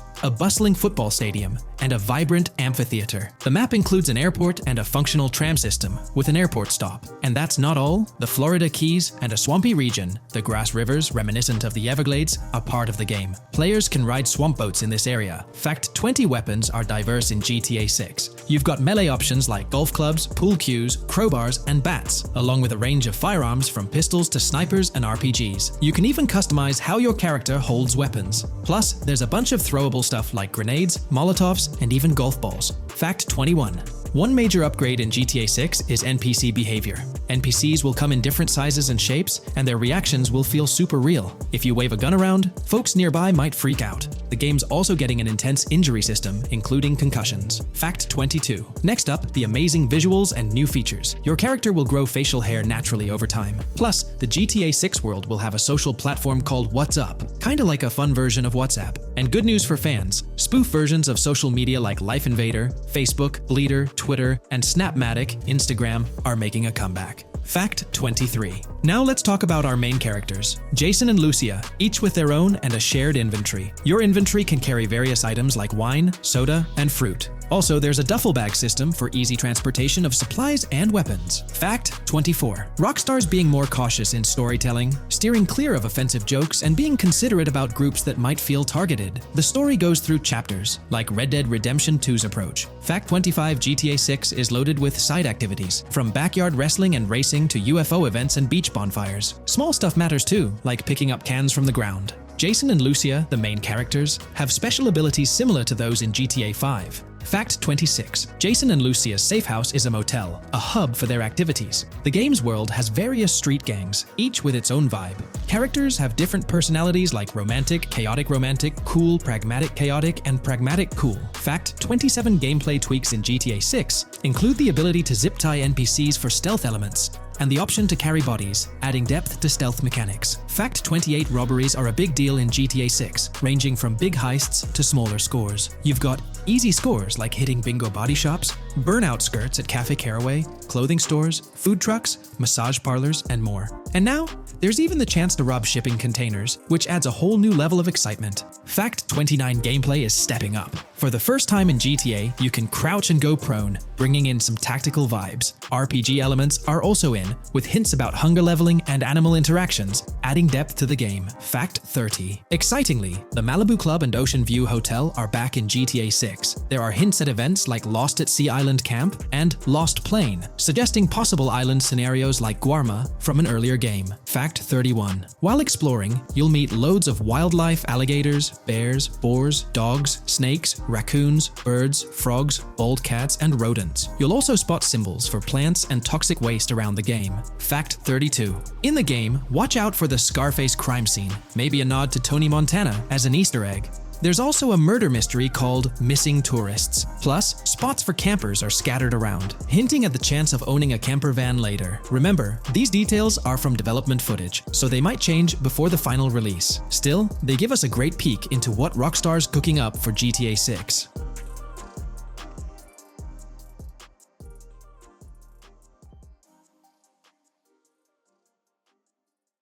Today's video dives into the NPC AI patent, focusing on virtual navigation in Grand Theft Auto 6. This patent sheds light on the intricacies of in-game traffic, promising a heightened level of realism compared to previous iterations. We'll explore the notable enhancements Rockstar has implemented, creating a more sophisticated system that elevates the gaming experience. By examining various sources, we aim to provide a comprehensive overview of this navigation system, offering insights into what Rockstar has in store for NPC navigation in GTA 6. Let's delve into the details of this intriguing patent. System and method for virtual navigation in a gaming environment. Let's break down this patent for a moment. Essentially, it gives us insight into how non-playable characters operate within the game environment. They explain that NPCs' actions are controlled through artificial intelligence, allowing for real-time decision-making based on preset algorithms. In many systems, this is achieved through nodes and links, where each node contains important data that influences NPC movement.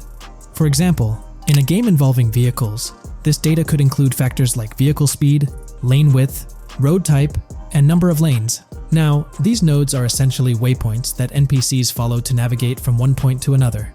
In simpler sections of the road, these nodes might be connected linearly, guiding NPCs straightforwardly. But in more complex areas, like junctions, the nodes become more intricate.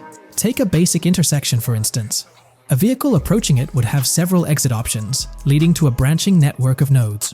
In older systems, like the one used in GTA 5, NPCs might make decisions at these junctions based on simple rules, sometimes leading to behaviors that seem a bit random. However, this conventional method has its limitations, especially when it comes to handling various factors like weather conditions, changing lanes, parking cars, or anticipating road exits. In these situations, the old system could falter, as NPCs might not adapt well to the dynamic environment. One downside of the node-based system is its limited capacity to replicate real-life factors that humans naturally consider. Another drawback is its constraint in automating NPCs effectively. Due to memory and processing limitations, only a set number of NPC-controlled cars can be spawned in the game. Naturally, players crave a more immersive experience with a greater number of NPC-controlled cars on the road. Moreover, in conventional systems, NPCs often repeat the same actions, and some may even disappear as players get closer to them.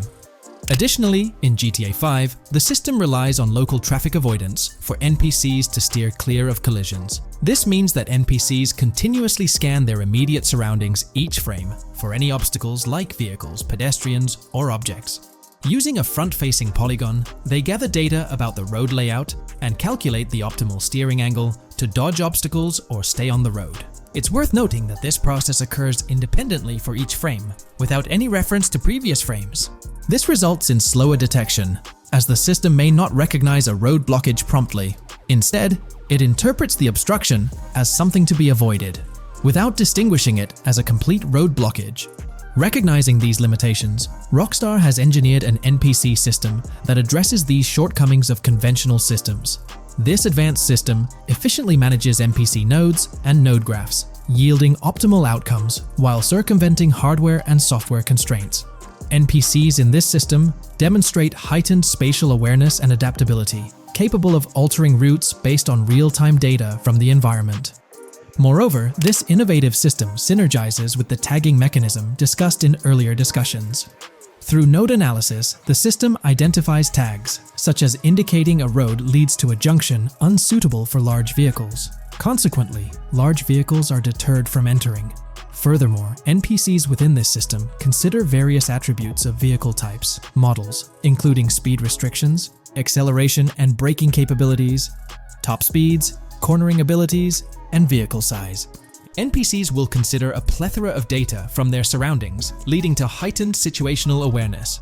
Video games are populated by NPCs who are able to make real-time decisions based on their environment.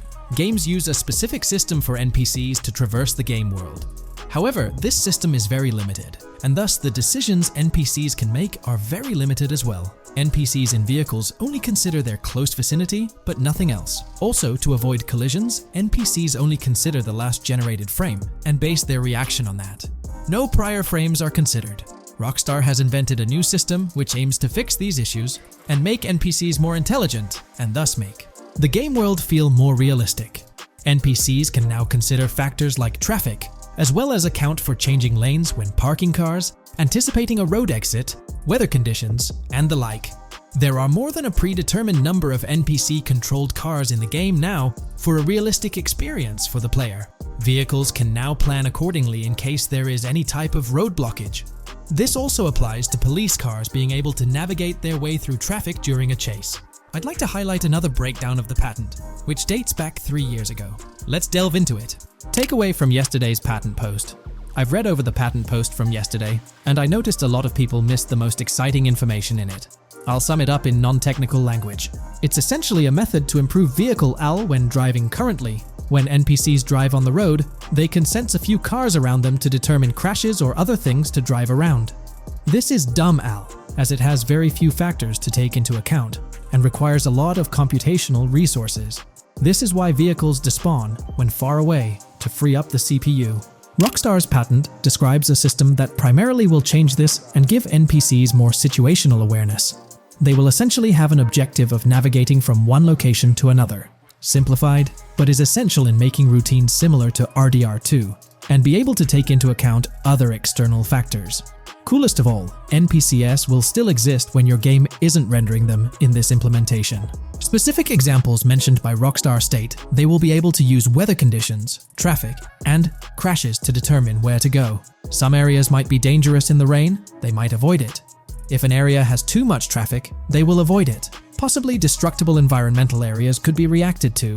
Similar to bridges in Just Cause, this point is speculation, however. Cars will also be able to take into account number of lanes and speed in their decisions. NPCs will be also able to take into account high-speed chases and be able to navigate if they themselves are speeding. There will also be other reactions that are mentioned specifically, such as changing lanes before a highway exit appears, and as Rockstar puts it, driving slower on residential-type roads, or having to perform certain maneuvers to avoid oncoming traffic on single-lane streets. The large part they also mention is this implementation uses a lot less processing power. The NPC schedules can be relayed by a central server. They could possibly use the console itself as well, and it doesn't require the same constant surrounding analysis. As previous Rockstar mentions, this will allow them to have denser traffic with the same resources. A large aim also seems to be realism. Rockstar's patent mentions realistic reactions to various factors as being the main intent. For example, NPCs will each have different driving ability levels based on the driver and the car. Essentially, each driver will have its own profile and have unique driving characteristics as well as skill level. Some might speed, others might not. Each vehicle will also affect the driving of these drivers. We're eagerly anticipating the debut of this new system in action in GTA 6. Share your thoughts in the comments section below. Today's video will delve into the upcoming changes to the AI systems in Grand Theft Auto 6 by Rockstar. We'll explore a patent that introduces a groundbreaking system unprecedented in gaming, promising a revolutionary shift in how AI operates within games. Additionally, we'll delve into other intricacies concerning AI and non-playable characters in GTA 6, including insights from a job listing at Rockstar's new LA studio, shedding light on NPC dialogue. We'll also examine NPC behaviors in response to their environment and their integration with social media, enhancing immersion and complexity in player interactions.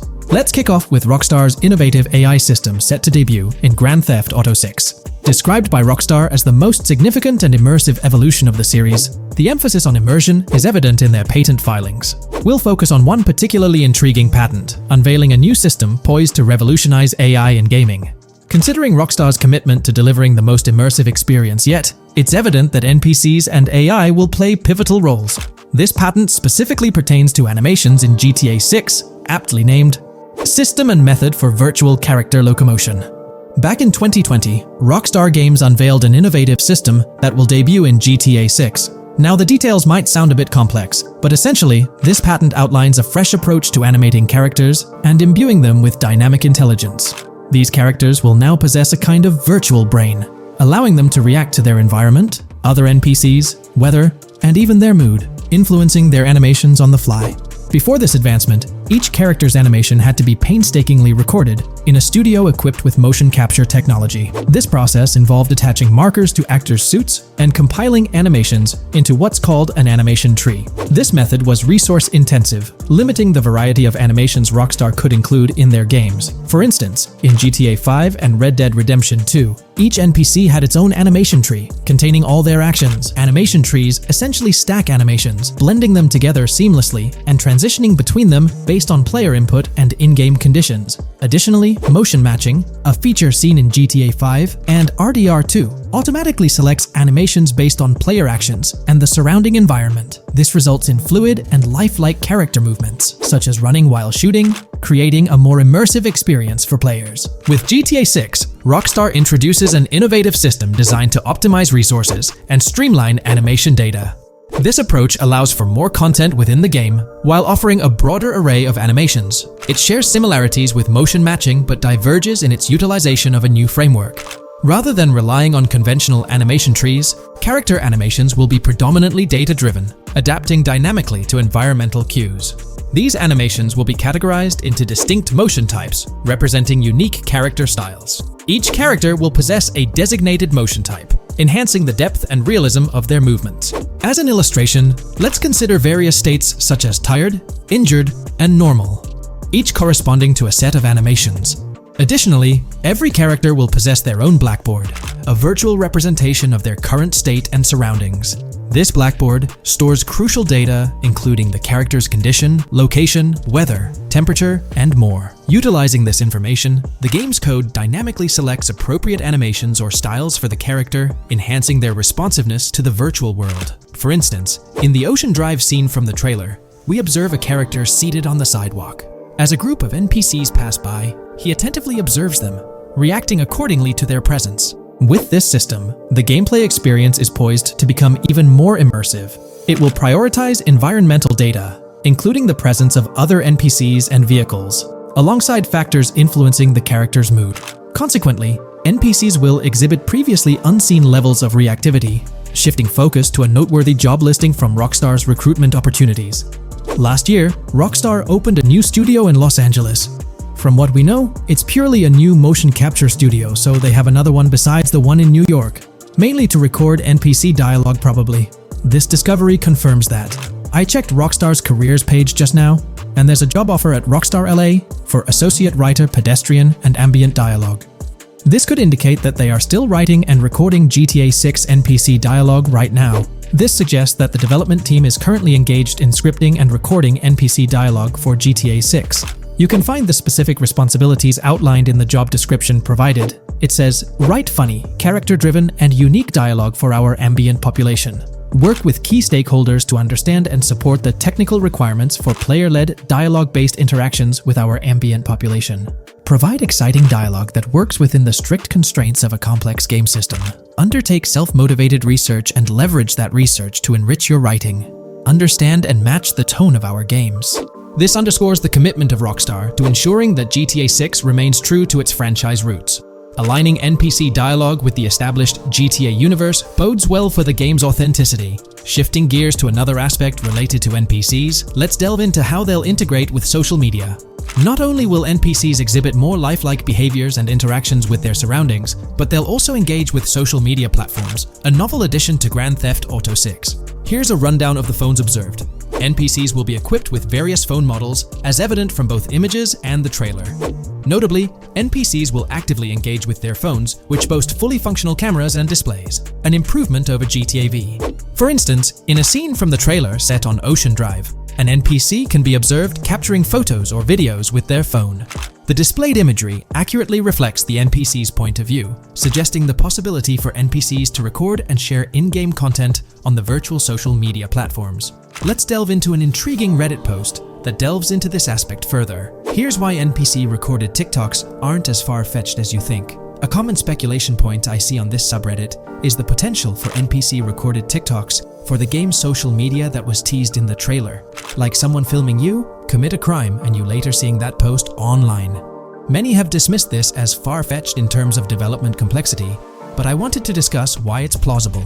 Firstly, I think we've already seen a system that could serve as a base for building a TikTok-like system, the Instant Replay, Rockstar editor from GTA 5. Given this game is more of a sandbox with physics rather than a competitive shooter, where replay systems are typically seen, it's even more impressive to consider this system in GTA 5. It accurately records and replays events just as they happened, with every car, ragdoll, etc., moving just as it did originally in the moment. The tech behind this isn't actually recording like a camera and replaying, it's really just recreating it, which again makes it impressive how much time Rockstar put into it, making it accurate. To me, this feels like what could be used as a base for a system where NPCs record their own videos from their perspective. This next thing is something I could have sworn I remember hearing long ago, but can't seem to find, and was hoping someone on here remembers too. Back before GTA 5's launch, there were details revealed through various interviews, magazines, etc., and I remember hearing or reading something about being able to watch your own crimes on Weasel News on the TV. This obviously didn't end up in the game, but there is a slight remnant of it in GTA Online.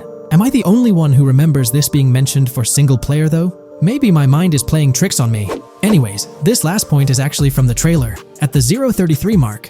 In this scene, we see a lot of NPCs hanging out on a busy street, and one NPC in particular recording on his phone.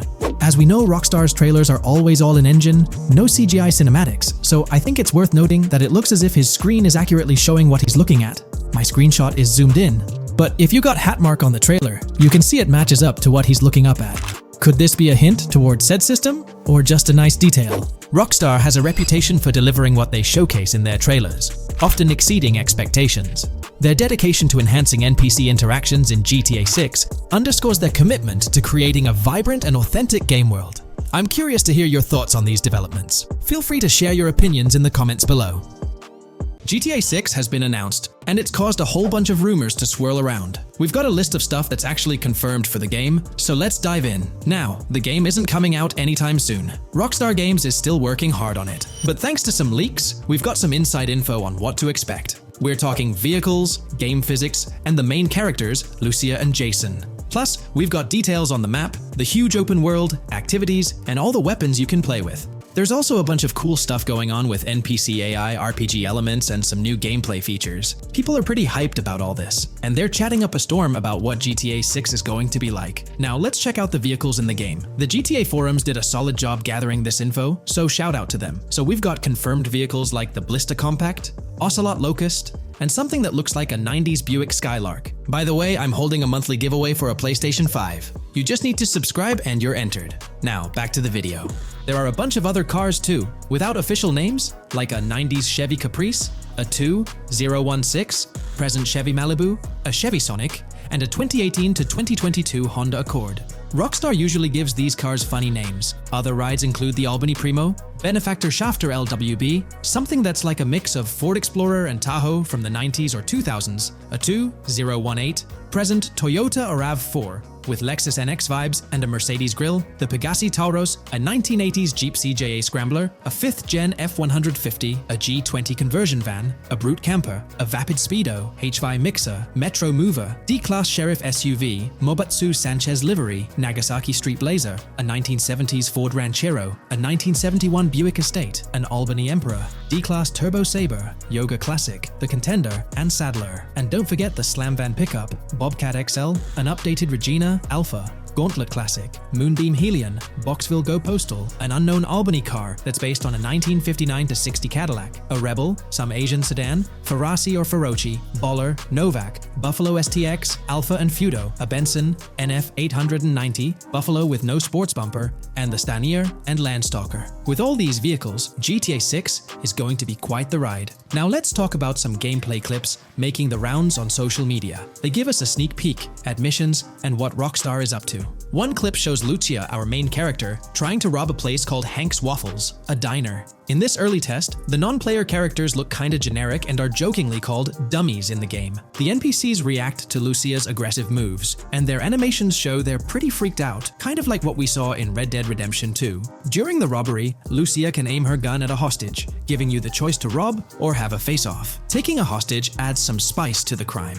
Jason, the other protagonist, is there too, and you can interact with both characters during the heist. Jason pushes Lucia to hurry up and make a clean getaway, hinting at a Bonnie and Clyde style partnership, which lines up with earlier leaks about the game's story. People are even saying that Lucia and Jason look like Eva Mendes and Ryan Gosling from the Place Beyond the Pines movie, but we're not sure if the game's story will follow a similar path. Lucia and Jason look like they're in their late 20s. You can switch between them in the game using the controller's D-pad. When the cops show up, Lucia can threaten another hostage, and it leads to a face-off with the police outside. The outdoor area looks like it's inspired by northern Florida with all the greenery. While trying to escape, Lucia and Jason rack up 2 wanted stars, but instead of a shootout, they skillfully maneuver through parked cars and hijack a police cruiser. You can tell it's an early part of the game from the tutorial-like prompts, including one about the police getting smarter and remembering cars involved in crimes. The clip ends with Lucia driving off in the stolen police car, and Jason assures her they can shake the cops. But their getaway ends with an accidental crash at an old car wash. In the next mission, Jason and Lucia hit up a strip club called Jack of Hearts and run into Dre, who's chatting with another lady. Miami. Dre talks about his music dreams and hints at someone named Boopy.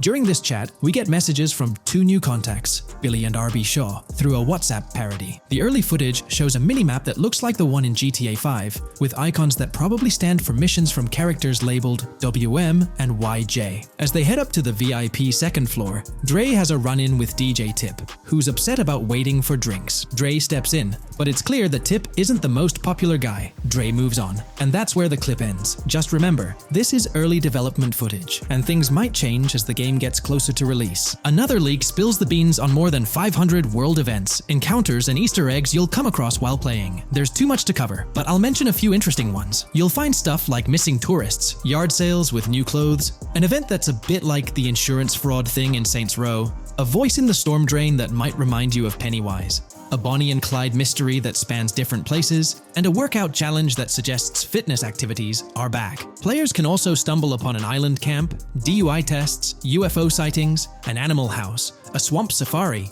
and even the possibility of playing some crazy golf. There's a hint that the basketball court might be back too. Events like fishing, Satanist houses, backyard wrestling rings, and mansions with big cats offer a bunch of different experiences in the game world. Now, let's talk about the main locations in Grand Theft Auto 6. Ambrosia has Ambrosia Farms and the Tarmac. Bayside Copperhead, the Everglades or Grass Rivers, Fairyland and Fairyland Forest offer different environments. The Keys region includes places like East Key, Low Key, and spots like a garage, gas station, and liquor store. Lake Okeechobee has a motel, prison, and racetrack, while Little Haiti, North Beach, and North Miami come with places like gas stations, hideouts, and liquor stores. Port Gellhorn offers a variety of spots to explore, like an abandoned building, basketball court, beach, bingo hall, bowling alley, car wash, fishing store, fruit stand, gas station, motel, pawn shop, police station, quick shop, raceway, soccer field, and trailer park. Red Hill has a forest, South Beach features a boardwalk, gym, hotel, Ocean Drive, and park. South Miami Sundown includes a beach and tarmac, and Vice Beach covers Vice City suburbs and Washington Beach. There are also other interesting places like an abandoned hotel, observatory, Fountain of Youth, homeless community, Malibu Club, Monument of Leonida, Redneck Yacht Club, Spaceship House, underwater research facility, and Dinosaur World. According to info from the GTA forums, Grand Theft Auto 6's open world is estimated to be at least 2.5 times the size of GTA 5 ES, giving players a massive world to explore. The game seems to take cues from the successful approach in Red Dead Redemption 2, promising a well-designed open world with intriguing mysteries. We've spotted some real-life Florida locations in GTA 6's development footage, like the Homestead Miami Speedway turned into the Port Gellhorn racetrack, and recognizable places such as Portofino Tower, Sombrero Key Light, Solar Amphitheater Bayfront Park, and Lone Depot Park. Even the 1000 Museum, a high-rise condo in Miami, is in the game, showing Rockstar's attention to detail. A metro map that's a match for Miami's real one suggests a deep immersion in the game world. The lush landscapes and greenery might hint at a move into Georgia,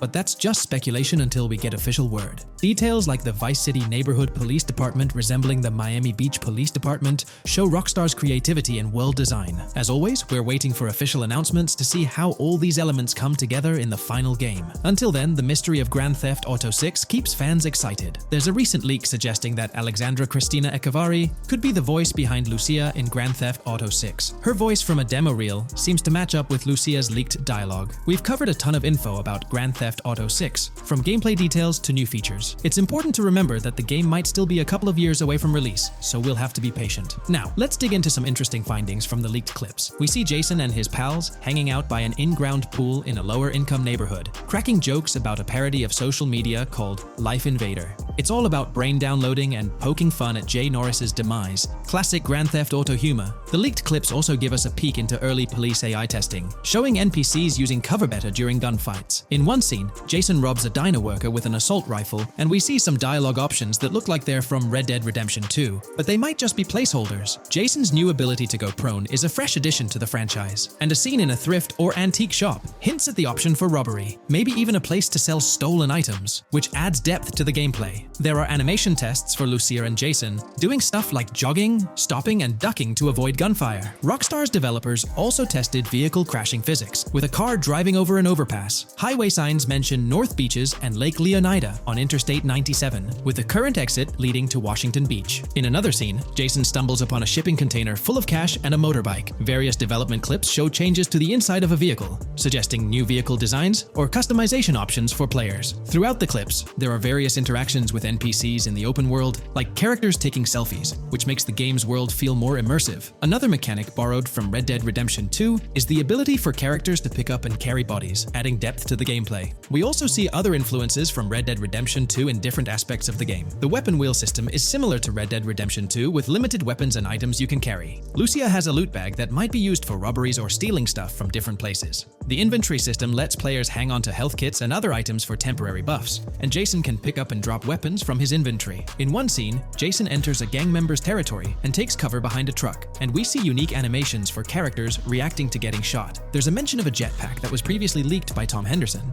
and it's inside the Jack of Hearts Club. The game includes parody logos for social media like Snapchat, Instagram, and Life Invader. Characters have different hairstyles, and there are realistic details, like Lucia's bra showing under her shirt, which adds to the game's realism. A new feature is the ability for players and NPCs to hold their guns sideways, which changes things up in combat. We also see Jason doing some fancy rifle tricks in the air, and another character in a parking lot shoots at him while holding his pistol sideways. The clips mention animations like overdose, which hints at unique actions or events in the game. There are hints of horses and horse riding mechanics, likely inspired by Red Dead Redemption 2.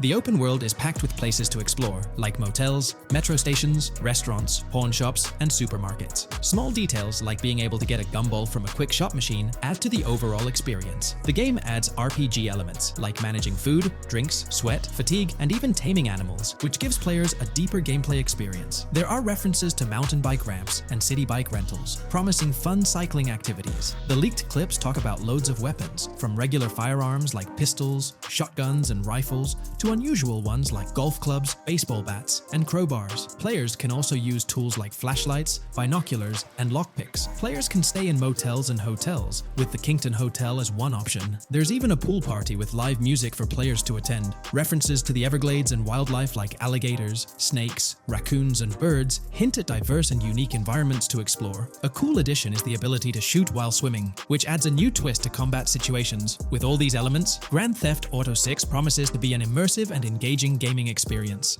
From 2022 and onward, a group of passionate GTA fans have been diving deep into GTA 6 gameplay leaks, and what they discovered was wild. Their mission? They're trying to map out the entire landscape of GTA 6 before Rockstar Games even releases the official game. And guess what? They're actually making some serious headway. This is all about the ongoing GTA 6 mapping project. So, how did this whole endeavor start anyway? It's an interesting story that not many folks are aware of. You see, there was a similar craze back when GTA 5 was announced. Back in 2011, a group of dedicated fans took it upon themselves to predict and sketch out the layout of GTA 5's terrain. How did they do this? By meticulously analyzing every single trailer that Rockstar Games dropped in the year leading up to the game's eventual release in 2013. The surprising part? When the game finally hit the shelves, a substantial chunk of what these fans had mapped out turned out to be surprisingly accurate. Sure, there were a few locations that were a bit inaccurate, like the military base being off and the dam placed in the wrong spot. Also, there were some variations in the overall shape of San Andreas, but considering they solely relied on Rockstar's official footage and had put in 2 years of work, their accuracy was pretty commendable. Now imagine this, if they could pull off that level of detail with just the trailers. Think about what these enthusiasts could achieve with the leaked, under-the-radar stuff that slipped out prematurely. Plus, add in an extra year of combing through details and data. This mapping project is being led by a user called Dupzor, who is the project manager of this whole thing.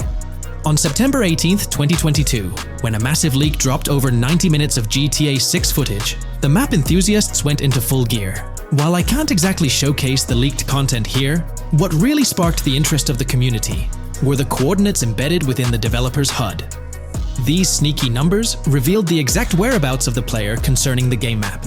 And let me tell you, GTA 6 fans wasted no time diving into this goldmine of information.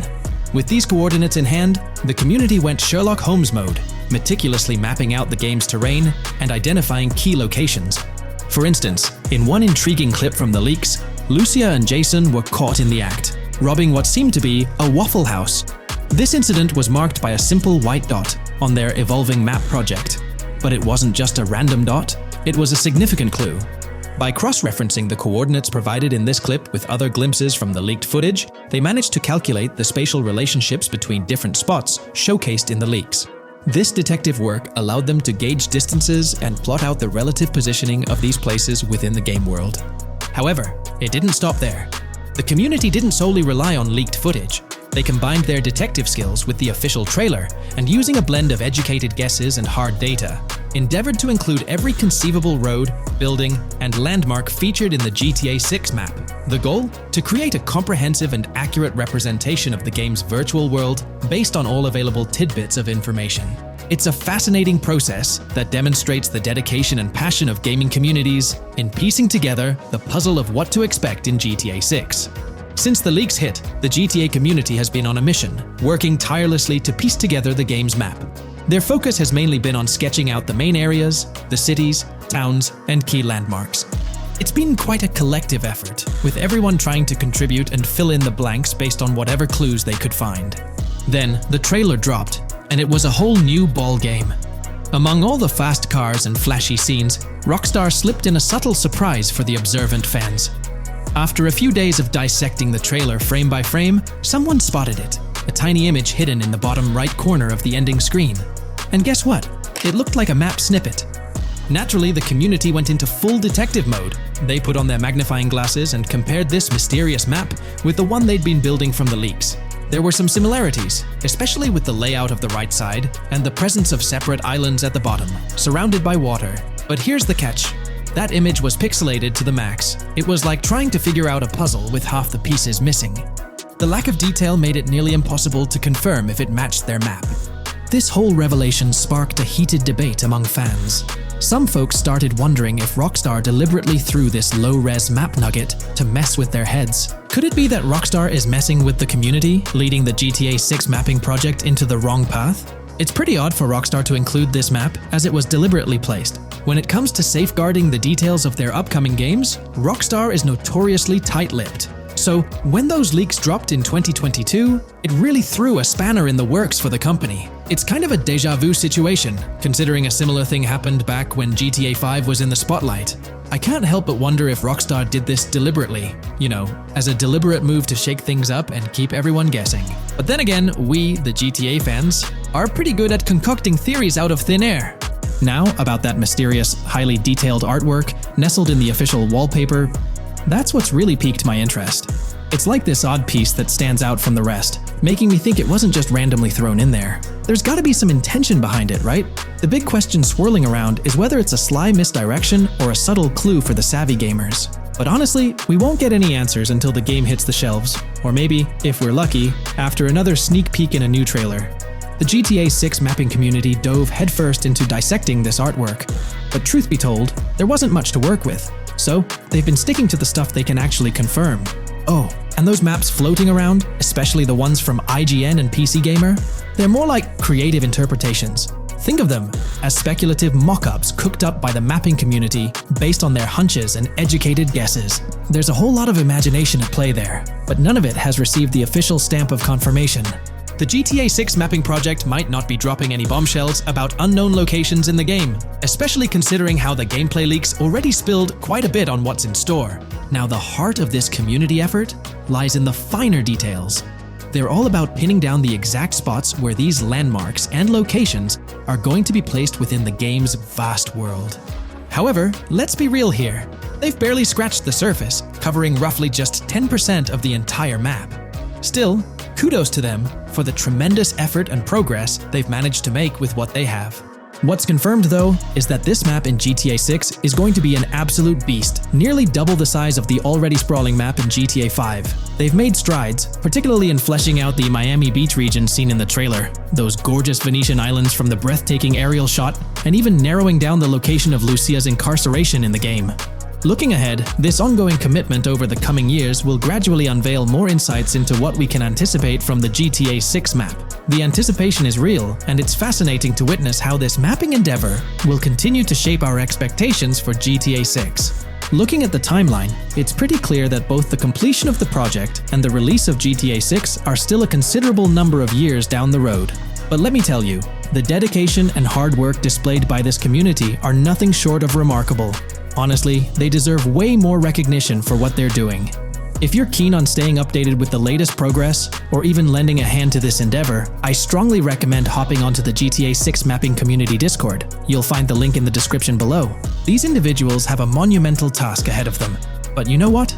It's an incredibly intriguing project. Back in the days before GTA 5, I didn't even know something like this was happening behind the scenes.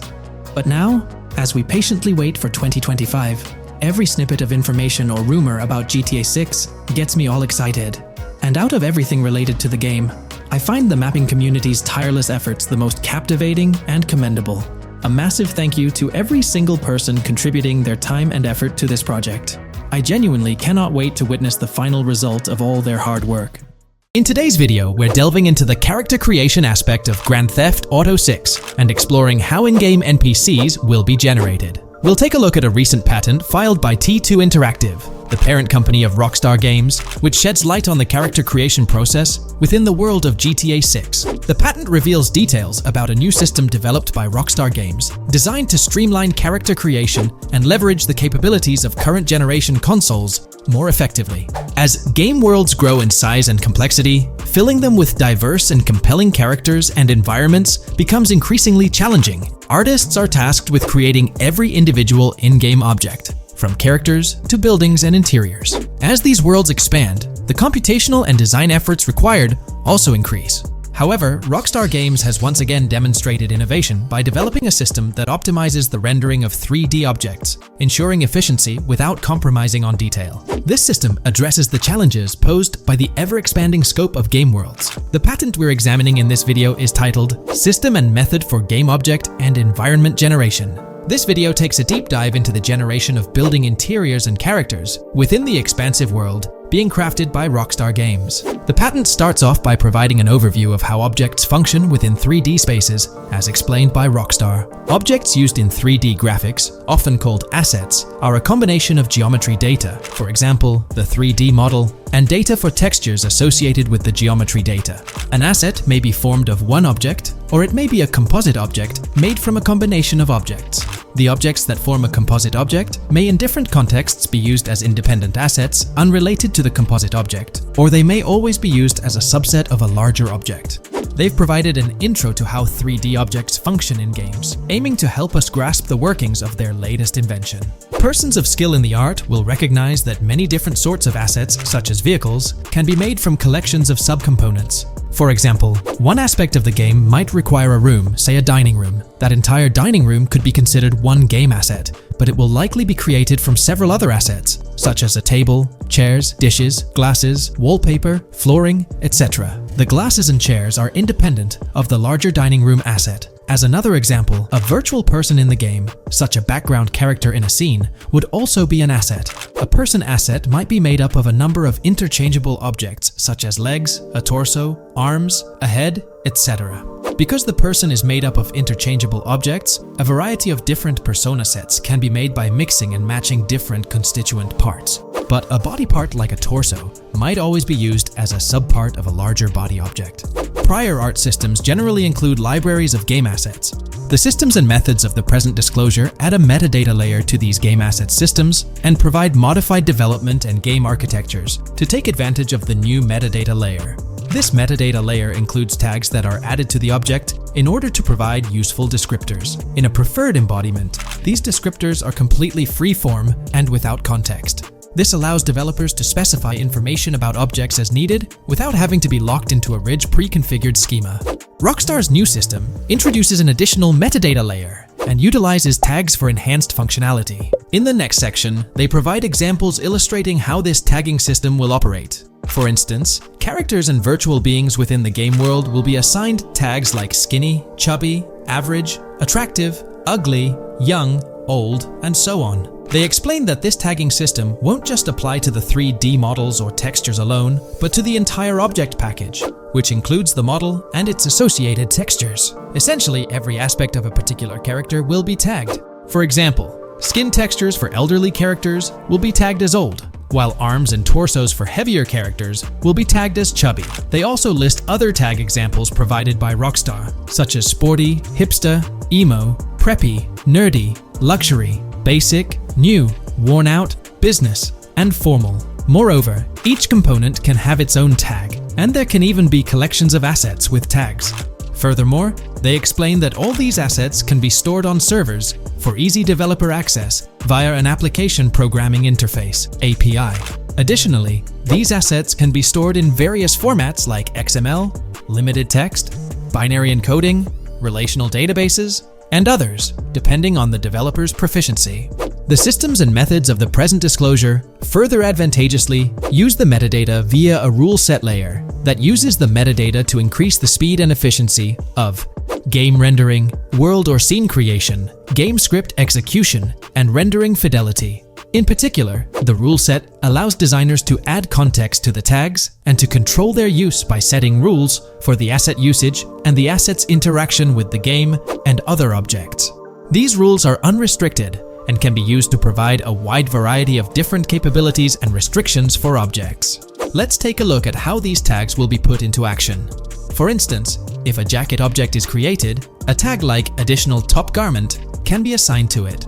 Then, during gameplay, certain rules might search for this specific tag to identify objects like jackets. Furthermore, in a cold setting, the character's health stat may decrease at a slower rate because the character stays warm with the additional top garment. Moreover, the additional top garment tag could enhance rendering efficiency. For instance, if a character wears a shirt underneath a jacket, the shirt occupies memory space. Since the shirt is mostly covered by the jacket, Rockstar plans to replace the full shirt with a smaller texture, only containing the visible parts under the jacket, thus conserving memory. The combination of tags and the rule set can also be used advantageously for procedural generation of game objects and environments. For example, a game scene could be created in a game script by calling assets based on tags, rather than calling the assets explicitly. For example, if the game scene called for virtual characters in a movie theater, the game designer could simply specify a need for predetermined X number of characters with casual dress. If the designer wanted a sci-fi movie playing at the theater, it might also call for a higher percentage than normal of characters tagged nerdy. The metadata rule set interface would interpret these general instructions at game runtime to randomly generate virtual characters fulfilling those needs. Additionally, this system offers increased efficiency.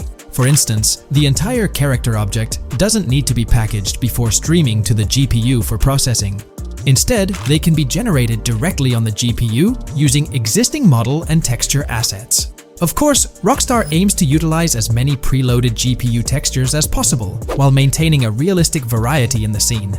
Moreover, this system allows them to control the number of preloaded textures used in a scene. For instance, more textures can be preloaded for complex scenes and fewer for simpler ones. The goal of this video is to provide an overview of the key aspects of this new system, so I won't delve into every example described in the patent. Turning to the details of the specified metadata, in a particularly advantageous embodiment, the following metadata is included for each model and texture: IDs, property tags, match tags, randomization restrictions, expression data, and optimization data. While this selection of metadata has been found advantageous, different groupings and subsets of these tags can be mixed and matched as needed to accomplish particular design goals without departing from the spirit and advantages of the present disclosed inventions. The uses, embodiments, and benefits of each of these fields are described as follows.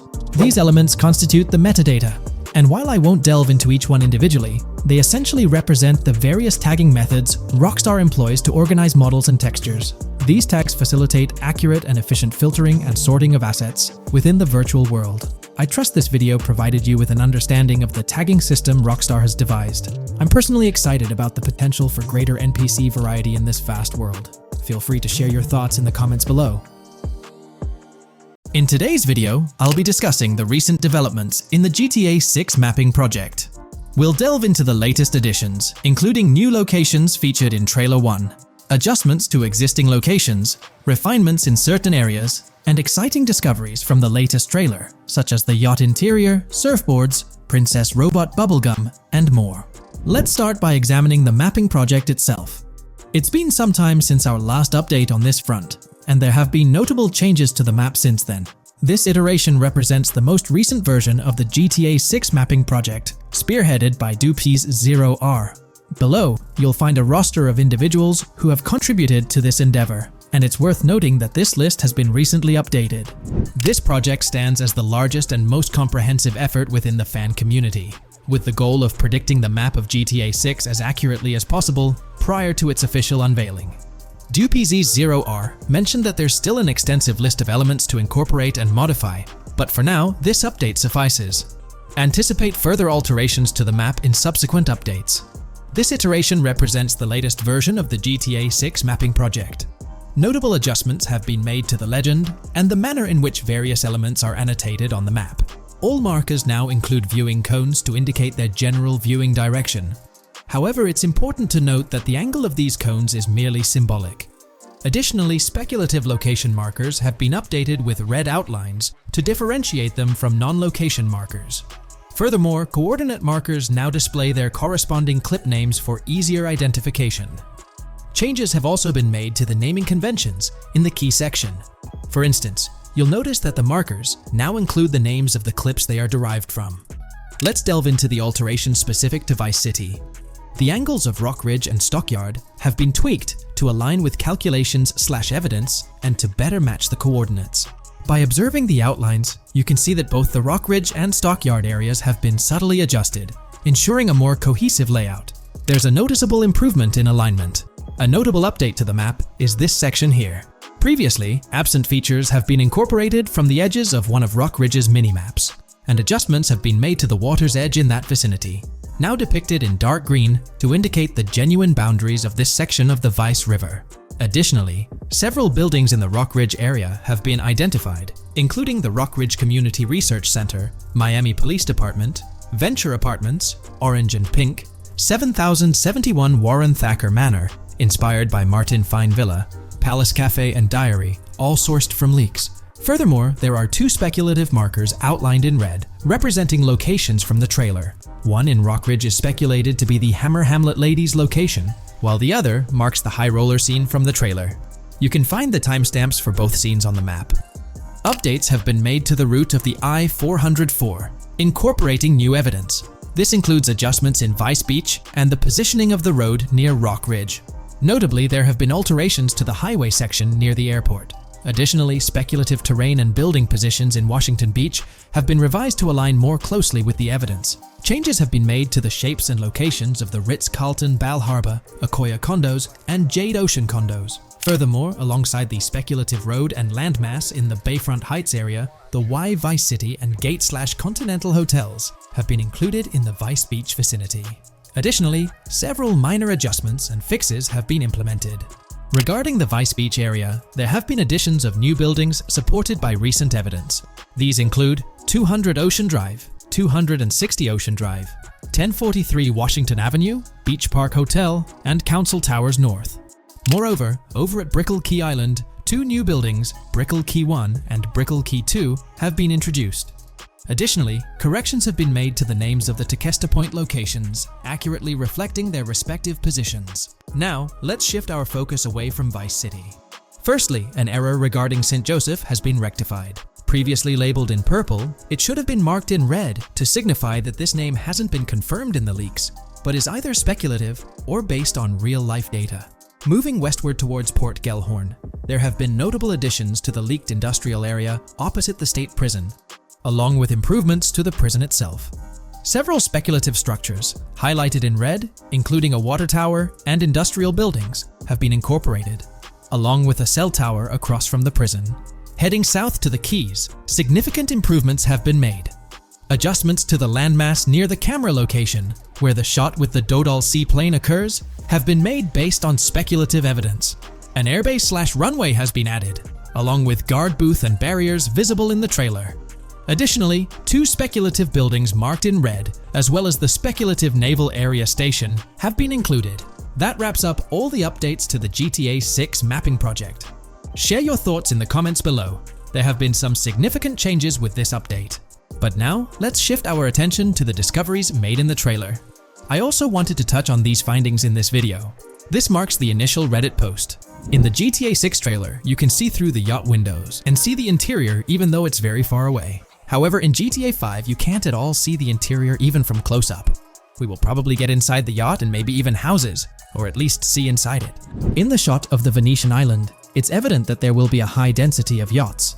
It seems that the boats will be easily accessible, and based on the leaked shot featuring Jason on a boat from 2022, it's probable that players will have the freedom to enter, drive, and explore yachts like the catamaran seen in the opening scene of the trailer.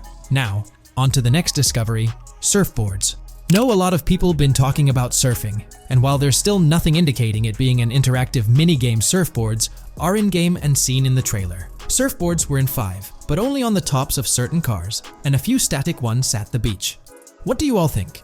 Will surfboards act as decorations like they were in 5? Or will it be a fully fledged minigame? Personally, I'm not fully convinced yet, but if NPCs do have actual schedules/lives, I can't see things like surfboards just being static, especially at the beach. My guess is we'll see NPCs bring their own items to and from the beach, including surfboards, but the interactiveness is still in question. From the leaks, there hasn't been any information indicating that surfing will be an interactive activity in the game. Nonetheless, there have been numerous articles discussing this possibility, like the one mentioned here. Major GTA 6 leak allegedly hints at surfing to debut in series. The upcoming GTA 6, officially untitled, leaks are becoming more frequent and interesting, with a recent one revealing that the upcoming title will include new water sports, such as surfing. According to a report by the Dexerto gaming website, a leaker named Alix Venturas revealed on Twitter that Rockstar Games plans to improve the water physics in Grand Theft Auto 6 and will introduce several water-based activities. While the gaming studio has not officially commented on the leak, players are convinced, given that Grand Theft Auto 6 will almost certainly feature Vice City, a fictional version of Miami, Florida, known for its beaches and water activities. However, it's important to note that these rumors haven't been confirmed by either the official leaks or the trailer. It remains to be seen whether these surfboards will merely serve as decorations. Now, on to the next and final discovery I'd like to highlight in this video, which might just be your favorite. Princess Robot Bubblegum is confirmed to be in GTA 6. Just like the Righteous Slaughter game series, Princess Robot Bubblegum is seen on a shirt, and will most likely return with more episodes. The series originally appeared in The Ballad of Gay Tony, and again with more episodes in GTA 5, making this the third appearance.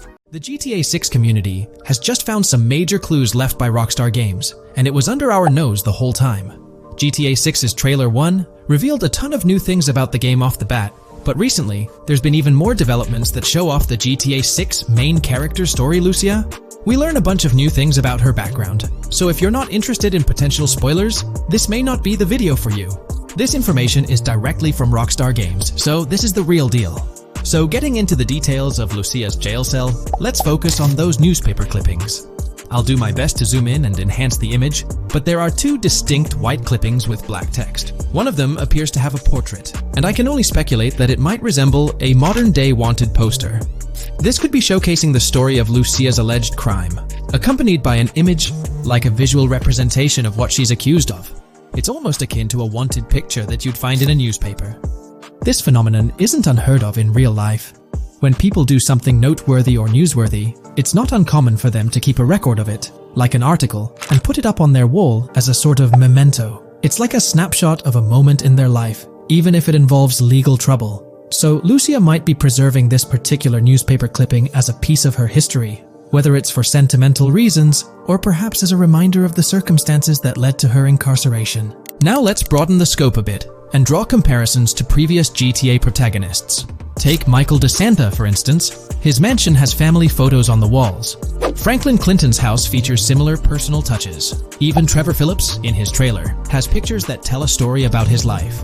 It's not just confined to the HD era. Even in the 3D era games, characters had their own way of leaving traces of their lives in their living spaces. This inclination to personalized living spaces is fascinating. In Lucia's case, the jail cell is an unexpected canvas for her personal story. It makes you wonder about her background, the choices she made, and the events that led her to that cell. Exploring these details could give us a deeper understanding of who she is and why she's in the predicament we find her in. Considering Lucia's attachment to those newspaper clippings, it raises interesting questions about her attitude towards her crimes. Perhaps she finds a sense of pride, or even enjoys the bit of notoriety or fame she's garnered from her actions. Keeping those clippings might be her way of cherishing the attention or recognition she's received. The prospect of spending a substantial amount of time in prison also suggests that it could involve more than just a brief cutscene, but potentially a series of missions within the jail environment. Now, shifting our attention to the picture above the bunk bed, it's a bit of a visual puzzle. While it's challenging to discern details, on the left side, there's a guy with a drink in hand, donning a white t-shirt. Next to him is a woman with voluminous hair, and in the foreground, there's another figure. This composition raises the question of whether these individuals could be Lucia's family. The dynamics and connections between characters are often crucial in unraveling the narrative of any GTA game. Acknowledging my limited knowledge about jail life, it's uncertain whether inmates generally have the privilege of keeping photographs with them as mementos. However, in this specific scenario, it appears that Lucia can. This might imply that the prison depicted isn't a maximum security facility, given the freedom for inmates to keep personal items. While the setting is far from casual, it offers a level of interaction and mobility, allowing inmates to go outside, engage in conversations, sit at tables, and soak in sunlight. The orange jumpsuits signify their status, but the absence of being handcuffed to the ground suggests a certain level of relative freedom. In this context, the allowance of pictures and photographs could offer an additional layer of insight into the characters and their personal connections, providing players with a unique perspective on Lucia's life, both inside and outside the jail cell. Taking a closer look at the latest image, which I've adjusted to bring out more details, there's another intriguing photograph. A guy in an orange shirt catches the eye, positioned alongside two women on the right.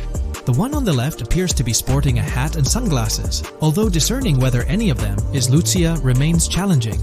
They could very well be family members, close friends, or simply individuals from her social circle. Amidst all the uncertainty, Lucia seems notably fixated on reflecting upon her actions and the community's response. Beyond this, it's evident that Lucia maintains a distinct connection with a specific group of people, as indicated by the presence of their pictures in her jail cell. It's not just about her individual experience. There's a shared history captured in those photographs, hinting at relationships that go beyond the confines of the jail cell. Directly below the image featuring the guy in the orange shirt and the other girls, there's yet another photograph. Although the details are obscured, the presence of someone standing in the picture is noticeable. Lucia is seemingly constructing a collage of photos, creating a visual narrative that serves as a repository of memories.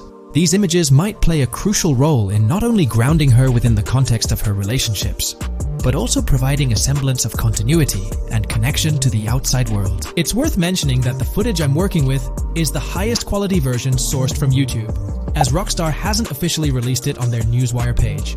Despite being in 4K, the YouTube upload might introduce some compromises in image quality, so there could be nuances in the pictures that we might miss. Once Rockstar throws the official trailer our way, we're likely to get a treasure trove of additional details. But for now, let's roll up our sleeves and dissect the snapshots from Lucia's jail cell. Apart from Jason, there's another player in Lucia's story. Stephanie, the Leonid Department of Corrections representative. Picture a different scene though. Lucia's cell is a far cry from Stephanie's office. In this particular shot, Stephanie's unmistakably holding down the fort in a black dress, center stage on the right. Flip to the left frame, and there she is again, donning a red dress on the right side. Behind her, there's a framed message teasing with "if you miss," but the rest remains a mystery due to some pesky screen glare.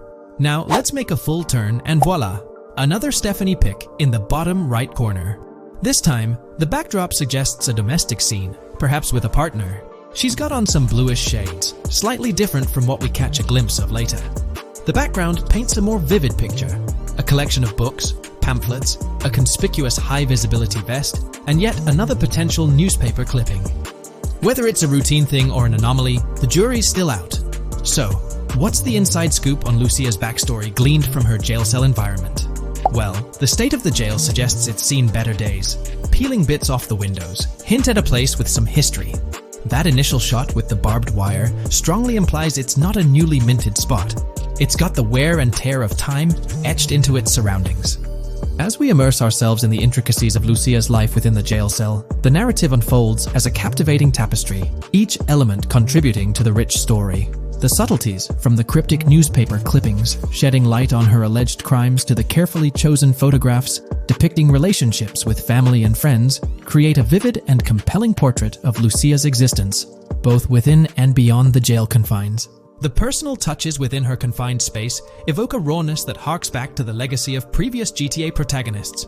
Lucia's jail cell, unexpectedly, becomes a canvas revealing a story that transcends the conventional GTA narrative. It prompts curiosity about her past, the decisions that led her to incarceration, and the intricate web of relationships that define her. The permission granted for personal items like photographs in the jail cell adds an intriguing layer to the storytelling, suggesting a nuanced sense of freedom within the constraints of imprisonment. Lucia's attachment to these items, whether they be newspaper clippings or family snapshots, beckons players to ponder her perspective on her own actions and the recognition she may have garnered. While we eagerly await the official trailer release from Rockstar, it is clear that Lucia's story is woven with complexities and mysteries that leave us yearning for more. The weathered appearance of the jail environment, with peeling bits off the windows and subtle signs of aging, hints at a setting steeped in history, amplifying the anticipation for the unfolding narrative. Thus, with these glimpses into Lucia's world, we find ourselves surrounded by a plethora of unanswered questions. When did she find herself behind bars, and what duration does her stay entail? Your insights are eagerly awaited in the comment section. If this exploration into Lucia's jail cell has piqued your interest, a thumbs up would be much appreciated. Comment down below what you believe caused Lucia to go to jail.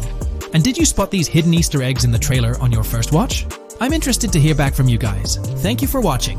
If you would like to support our analysis content on GTA 6, make sure to subscribe and leave a like. This video we're delving into the most recent iteration of the GTA 6 mapping project. Our focus centers on a comprehensive analysis of the map's latest updates, incorporating newly unveiled areas and event coordinates derived from leaked information. Additionally, we will explore fresh insights from the initial official trailer, including the revelation of an accessible plaza. A noteworthy aspect we'll be dissecting is the potential expansiveness of the map, hinted at by newfound highway evidence in the trailer.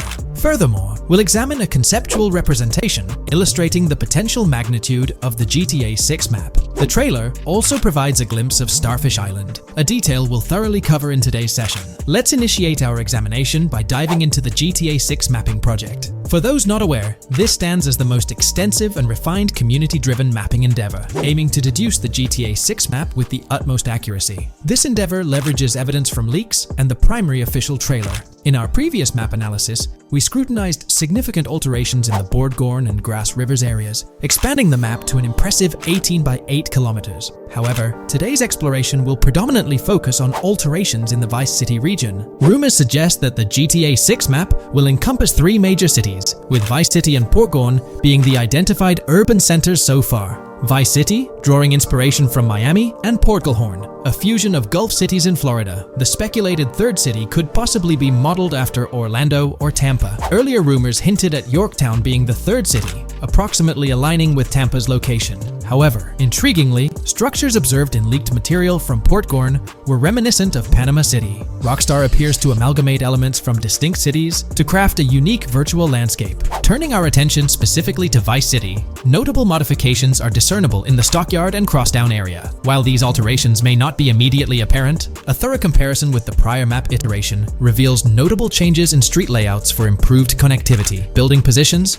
including the relocation of the Jack of Hearts nightclub, featured in leaks and the trailer, signify significant shifts. Adjacent structures visible in the trailer's music video shoot scene have undergone subtle rearrangements. A noteworthy addition to the GTA 6 mapping project encompasses events gleaned from leaks, introducing a dynamic layer to our understanding of the evolving landscape. At present, we've pinpointed 4 events on the map, marked by light blue dots. These events include the missing persons poster at the liquor store, the big cat cage roof at Everyday Art Elephant, and the Everyday Art Sidewalk Creep, all clustered around the Crosstown SL Stockyard area. Meanwhile, there have been notable changes in the Vice River area, with some buildings rearranged and brought closer to the river. The overall shape of this area has also been altered, and a new marina building near the airport has been introduced, based on recent evidence. Another significant alteration concerns the incorporation of Ica and Belleville into Vice City. While their status remains speculative, with their names displayed in red, Ica is purportedly inspired by Alapata, a neighborhood in Miami-Dade, while Belleville draws parallels with Brownsville. Formerly perceived as small towns on the outskirts of Vice City, they're now considered part of the Vicedale neighborhoods, following fresh evidence. This reclassification potentially places scenes like the police officer pursuing the overweight individual in the Belleville neighborhood. Furthermore, a notable discovery linked to Tommy Vercetti's mansion has surfaced. Star Island's inclusion in the game has been confirmed, evidenced by its appearance behind the Rockstar Games title, and in a scene featuring a bikini-clad woman. This revelation solidifies its status as a game location, with strong ties to the original Starfish Island from GTA Vice City. where Vercetti's estate was situated. The prospect of encountering the mansion in-game, whether as an accessible structure or an abandoned relic, remains uncertain but tantalizing. The mention of Star Island remains speculative, as indicated by its red font, leaving the possibility open for it to be renamed Starfish Island or something else. These developments encapsulate the latest updates to the GTA 6 mapping project. Additionally, let's delve into a Reddit post that has garnered attention. I'm still very intrigued by the prospect. This is a full accessible plaza. The full access plaza featured in the trailer has piqued my curiosity.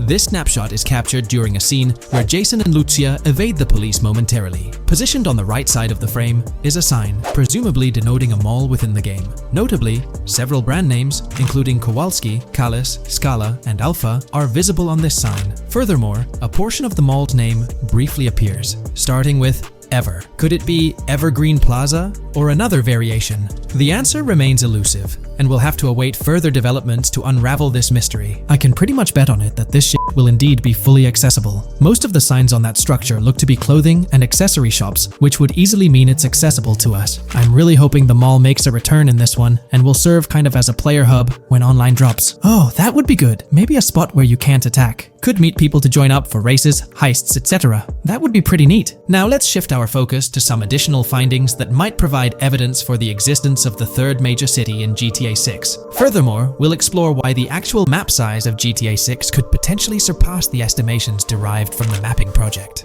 Possible map length. Since we don't know what's in the northern part of the map, and we're not sure if it ends where the current mapping project suggests, I thought the map could look something like this. I get that a map like this might be 4 times bigger than GTA 5, so it could be a lot, but we can't be sure about Rockstar's plans. I also think so, because on the east coast of the current map, we have Vice City's predicted beach areas going almost to the very top. Kind of feels like the map shouldn't just end there. And if Port Gellhorn is based on Fort Myers, then maybe Tampa and Orlando could be there too. But with the current borders, there's not enough space even for a small town. Also, shaped like this, the map would resemble actual Florida more. What do you think? Now, here's something to ponder. If the map indeed resembles this depiction, it would be quite astonishing. It's intriguing how the leaks have remained silent about the northern portion of the map. I'm curious to hear your thoughts in the comments. How far north do you speculate the map extends? Do you reckon it's just slightly beyond what's revealed in the mapping project? Or could there be a substantial unseen territory? Shifting gears, let's delve into a significant discovery. An observation on the size of the map using highway exits as a guide. I believe that 2 blink and you'll miss them shots from the trailer, combined with something I saw in the leaks, have given us a serious hint as to just how big the map for GTA VZ might turn out to be, specifically north-south. The first is the shot of the man grabbing his crotch while stopped on the side of the highway. Specifically, the highway exit signs in the background. They suggest that this shot is being taken from just north of exit 14 on the highway, if turning left has you going east and turning right has you going west. What's more, the GTA VZ mapping project believes that the highway that this shot is taken from is Interstate 97. Adding to this, there's this shot from earlier in the trailer of the woman in the gold dress hanging out the top of a convertible traveling down I-404, heading towards a junction with 197. At the very start of that clip, you can catch the exit number on the sign she's driving under. You can't see all of it, but to me, it looks more like exit 18 than exit 1B. This one is more speculative though. Now, I'm about to get into the leaks, so I can't post any pictures. There's a clip in the leaks of a red ute heading northbound on 197 towards the exit 13 AB junction that takes 1 to Washington Beach and Ekanfinaka before crashing. The mapping project has been using the leaks to create their maps, and they've placed that stretch of 197 north of Mr. Crotch Grab from the trailer, running through the Stockyard neighborhood. This to me indicates that the highway exits are going to follow a realistic number pattern, with the number increasing or decreasing for every mile traveled. The question is, where does this put exit 12? Exit 11? All the exits going up to 1? I've taken the latest version of the mapping project's map and pointed out where exits 14 and 13 are located. Then, extrapolating from there and using the map's grid as a handy guide, I drew where all the exits further down the numbering scheme might be located. I ran out of room to put exit numbers at #9. If 197 is going to keep following the same numbering scheme all the way north until it hits exit 1, then it's likely that the map is going to be far bigger than we currently think it is, and what's been shown and plotted out so far.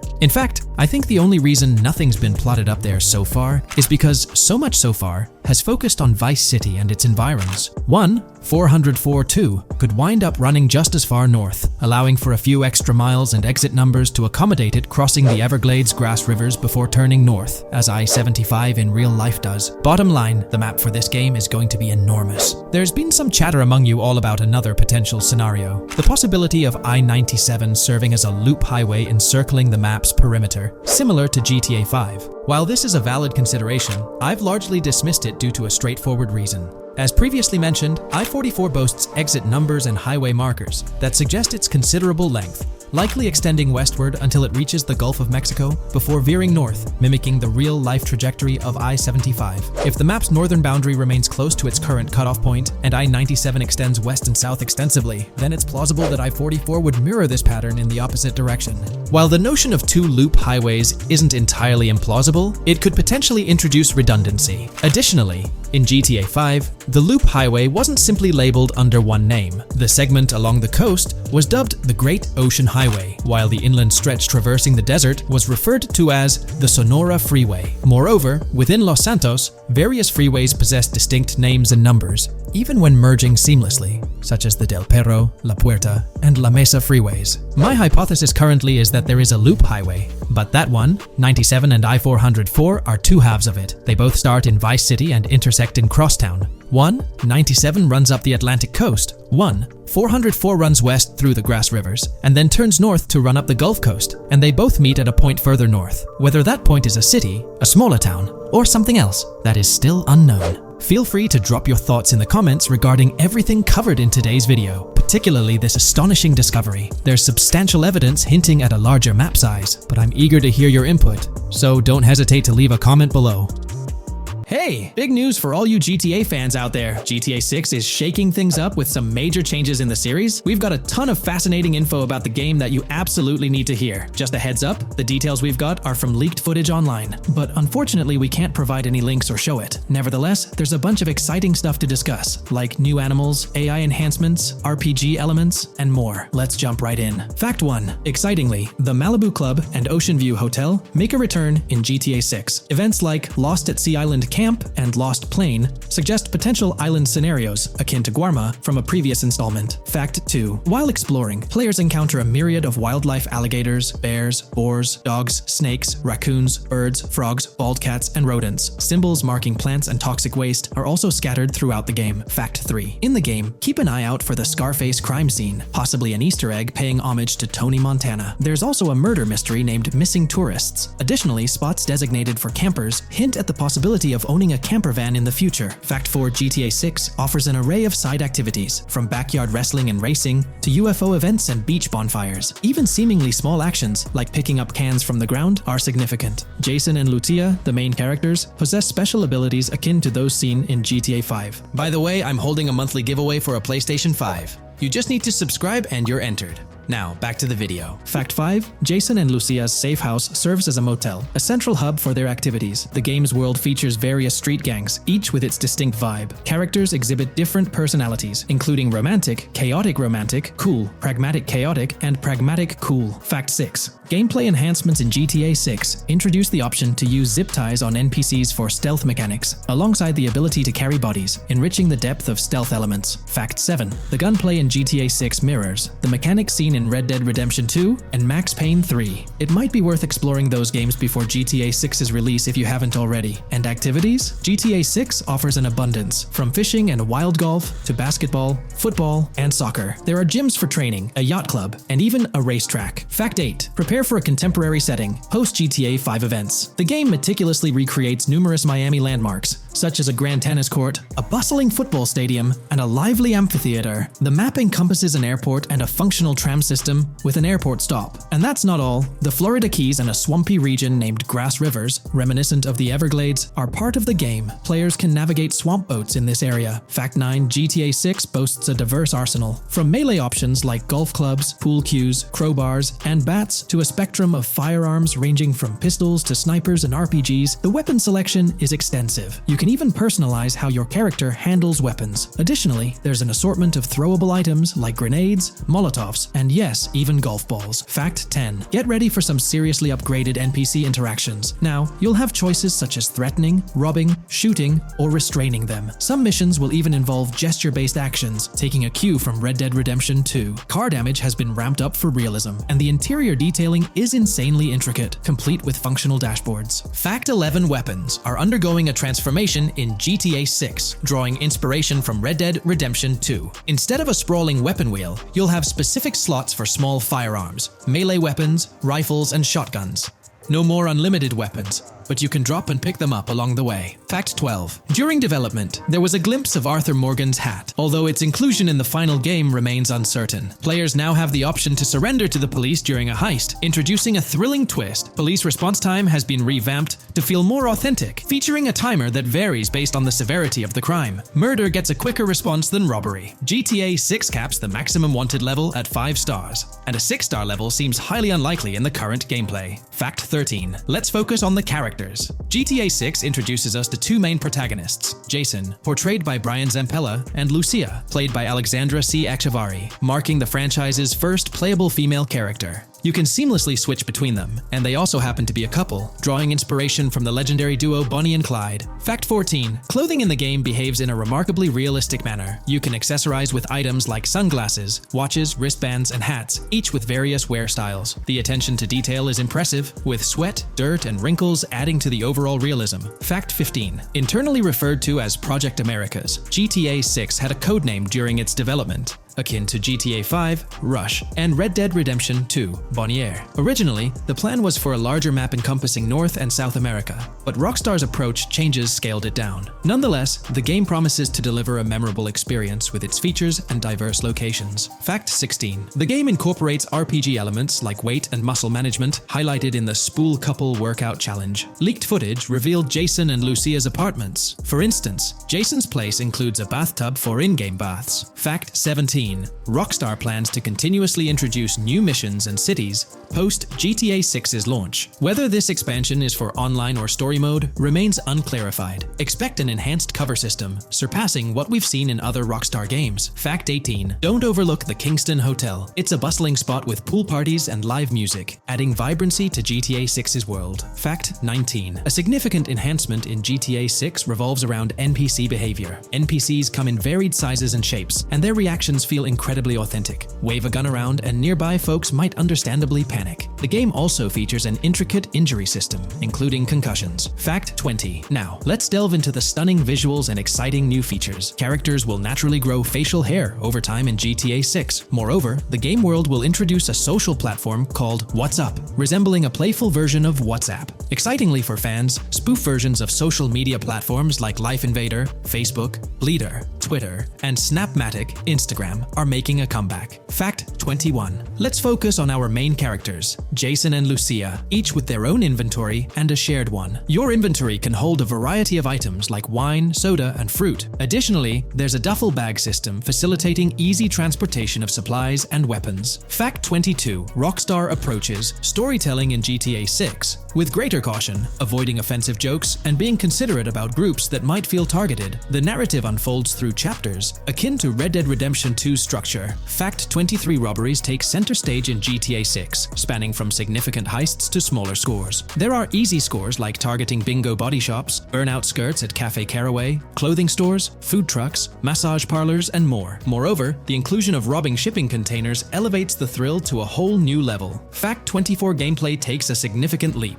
For the first time in GTA, players can crouch and go prone, introducing tactical elements. RPG elements also come into play, hinting at hunger mechanics and animal interactions, expanding the game's depth. Fact 25. GTA 6's map officially surpasses the size of GTA 5. This time the spotlight is on Vice City, an area inspired by Miami and its surroundings, offering players a vast and diverse landscape. There's even a lake featured in one of the videos, hinting at a significant part of Florida being included in the game. Fact 26. Hold tight. The jetpack makes its return. Shooting from cars is also part of the thrill, adding an extra layer of excitement. Embrace yourself. GTA 6 introduces 18 brand new vehicles to the franchise. Fact 27.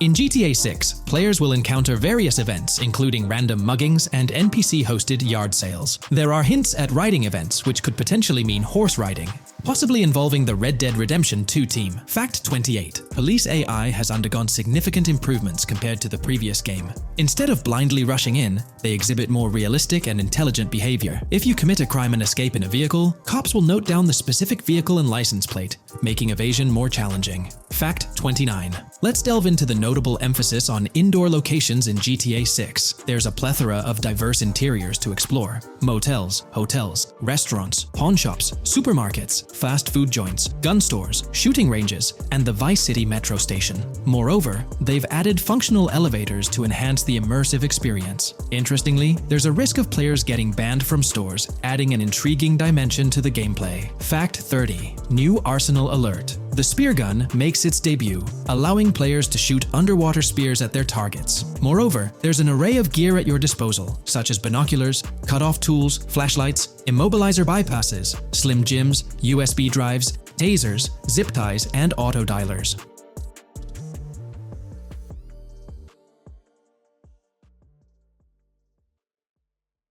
In today's video, we'll delve into the most recent iteration of the GTA 6 mapping endeavor. We'll explore the freshest alterations introduced to the map, including newly incorporated locales and adjusted road placements. Additionally, we'll examine some intriguing revelations stemming from the inaugural official trailer, such as the appearance of a swordfish. Furthermore, we aim to tackle one of the pivotal queries surrounding GTA 6, the extent of Rockstar's intention to amalgamate multiple states into the fictional entity of Leonida. We'll sift through all available clues, encompassing leaks and insights from the initial trailer, to shed light on the potential inclusion of Georgia in the game. Let's kick off by scrutinizing the latest rendition of the GTA 6 mapping endeavor. This most recent update, which debuted just a few hours ago, represents the pinnacle of this extensive fan-driven mapping project. Here's a peek at the current state of the GTA 6 map. We've got Vice City and Port Gilhorn in the mix, with tweaks made to both cities, along with some other spots on the map. Keep an eye out for changes like the prison from the opening shot and the Gator Keys. To kick things off, there's a fresh addition to Vice City known as Waning Sands. While details about this neighborhood are mostly speculative at this point, it's believed to be the setting for a pivotal scene from the trailer. You know, the one where Jason and Lucia dodge past a few police officers in their getaway vehicle. In this vicinity, you'll find the Evergreen Mall Center, prominently featured at the start of the scene.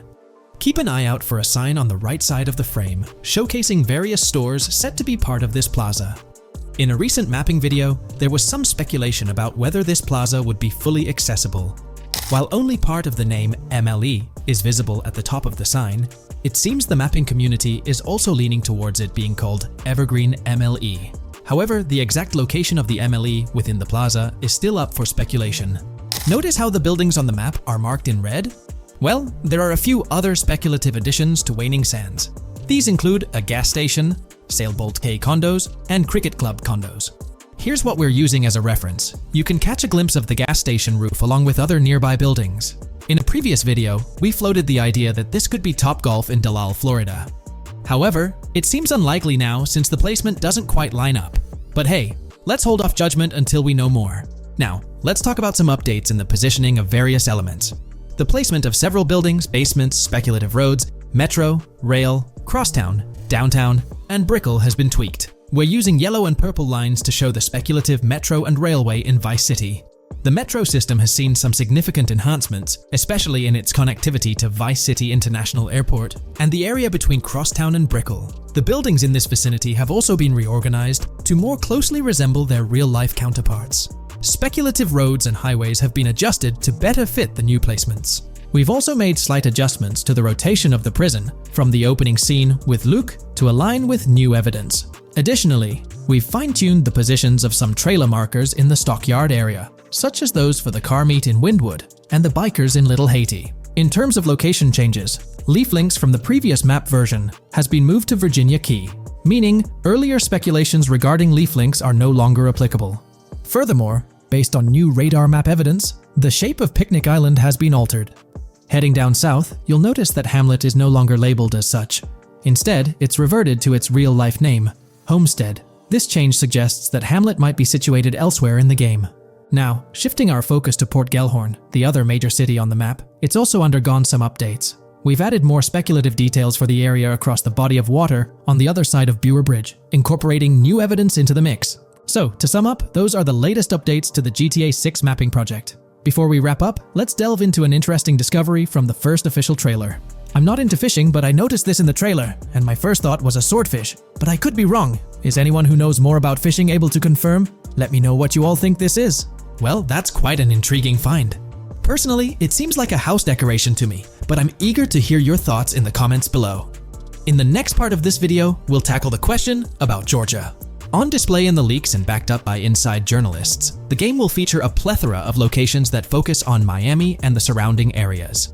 The two main locations of the game are Vice City, based on Miami, and Port Gellhorn, which lifts direct locations from Panama City. As well as this, it seems Rockstar have brought down and featured locations from Georgia, including a prison and mountain ranges not present in real-world Florida. I'm curious, do you think Georgia will make an appearance in GTA 6? Let's examine the evidence we have so far. There have been some recent findings, so let's kick off by checking out this Reddit post. Georgia evidence. In the leaks, there's a mention of canyon etchings, along with the other ambient events, which I thought couldn't be in or based in Florida. The nearest canyon to Florida is Providence Canyon State Park in Georgia and is only 2.5 hours away from Florida. This also may explain Red Hill Forest and the testing of scree hills in the leaks. There's also a couple mountains or large hills seen in the trailer. The first looks more like a large hill in North Florida, probably for hill climbing, but the second one at the end of the trailer looks like a Georgia mountain, like the one seen in the leaks. First off, this individual is discussing a clip from the leaks where a developer is seen firing an assault rifle at a vehicle while Lucia is in the background. They've noted several ramps in the clip, suggesting developers use them to test vehicles on different slopes. The clip also shows various types of ramps listed, including MTB ramps, hill climb, mud drag, scree hill, mud drag string, and crash tests, as well as MX tracks. The speculation is that Rockstar might have been testing the scree hill due to its resemblance to locations in Georgia. Additionally, two shots from the trailer show hills. One at the 59-second mark where someone jumps on a table, causing it to break, revealing multiple cars ascending a steep hill in the background. And another in the final shot, where Lucia kicks down the door to a convenience store, showing another hill or mountain through the window. Let's delve into the comments and see what the community thinks about these hills. Are there similar hills in Florida? Or has Rockstar taken some creative liberties and introduced hills from Georgia? Ekanfinaka is a place in the game, shown by the leaks. And Ekanfinaka is literally the old name for a swamp in southern Georgia. Not to mention we saw a big hill, small mountain. I've lived in Florida for a long time. There are no hills, anything like that in the state. Northern Florida has some hills, but nothing like that at all. The hill in the leaks resembles the Blue Ridge in northern Georgia. It's a fictional state. It could be a collection of features from 4 or 5 states for all we know. 2 hours outside of Florida is hardly breaking the concept. I'd imagine much of the urban landscape will be much like Florida, with the outskirts being closer to Caribbean, or as you said, Georgia. There's a separate post talking about these mountains in GTA 6. We know GTA 6 is being based in Florida, a relatively flat state, so it'd be obvious to think that the game will stay true to its setting. However, one interesting thing I found in the diner robbery footage from the leaks is that a huge mountain can be seen in the far distance, particularly around the part where Lucia starts approaching the police car from the passenger side. I'm not sure if anyone else has noticed this, but it's interesting to note, considering Florida is the flattest state in the country, LOL. Maybe we can go to other states? The area does resemble rural Georgia. Thoughts? I think it will be more similar to RDR2 than past GTAs where it's only one state. I bet the map will be a hybrid of Georgia and Florida. If not, then Florida and most likely another country like Cuba or some South American country with mountains. Yes, probably we can visit the state of Georgia. A few weeks ago, someone found out that the prison you can see in one clip is from Georgia as well. Multiple states in the game. The Florida Scout lady mentioned Rockstar scouting interiors in Florida and other states in the southeast. Hopefully this means we get towns, or maybe cities in these other states, instead of simply hilly terrain. As this individual pointed out, there's a prison visible in one of the leaked clips, and it bears a striking resemblance to Augusta State Medical Prison. Situated in Grovetown on the county lines of Columbia County and Richmond County in Georgia, United States, this facility houses primarily male inmates with occasional female inmates and has a capacity of 1326. Built in 1982 and operational since 1983, it operates as a close security prison. Augusta State Medical Prison was one of the 7 prisons involved in the 2010 Georgia prison strike. With such solid evidence pointing towards Georgia, or at least a portion of it, being featured in the GTA 6 map, it's worth noting that Rockstar has done similar things before. In GTA San Andreas, for instance, they created the state of San Andreas, which is a blend of California and Nevada, with Las Venturas mirroring Las Vegas. Feel free to share your thoughts on everything discussed in today's video in the comments section below. There's been quite a buzz about Jason, one of the main leads in the highly anticipated Grand Theft Auto 6. People are spinning theories left, right, and center, suggesting he might be an undercover cop, an agent, an ex-cop, or even someone with a military background. It's been the talk of the town ever since the first official trailer dropped. Now, I've got to warn you, what we're about to discuss might just spoil a bit of the GTA 6 storyline for you. But hey, if you've been keeping tabs on the GTA 6 grapevine, chances are you've already heard murmurs about these theories. Now, I gotta stress, folks, that as exciting as these speculations are, they're just that, speculations. Nothing set in stone. But here's the deal. There are some interesting things in Jason's outfit, from certain glimpses in the trailers, and Rockstar's promotional stuff, that sort of fuel these speculations. They're like breadcrumbs teasing us about Jason's potential undercover identity. So today, I'm here to unravel these clues, and take you through the evidence we've got so far. We'll start with the very first trailer of Grand Theft Auto 6. You know, the one that set the internet on fire? We'll dissect it bit by bit, and get into the nitty-gritty of this theory that's got the GTA 6 community all hyped up. And it's not just about the trailers, folks. Oh no, there's a whole treasure trove of articles out there discussing findings made by fans, diving into details, and connecting dots. We're gonna sift through all that too. And hey, while we're at it, let's not forget about the actors. There's been some chatter about who might be stepping into the shoes of Jason in this game.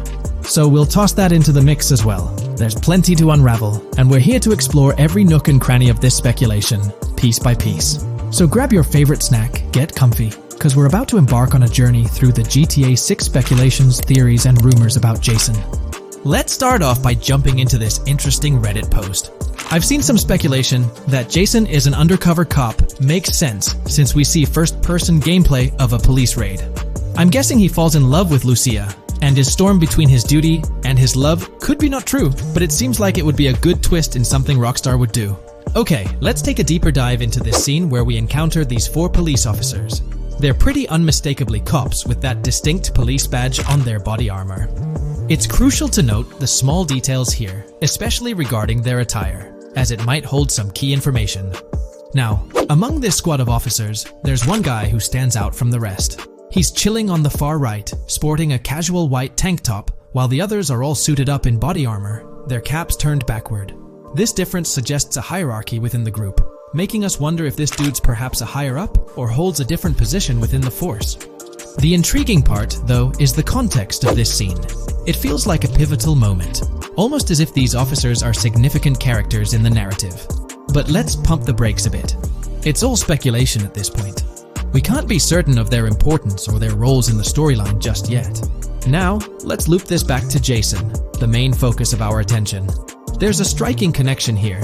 The cop on the far right and the one in the middle, both sporting these distinct olive green cargo pants. These pants seem to be a part of their uniform, something that catches the eye.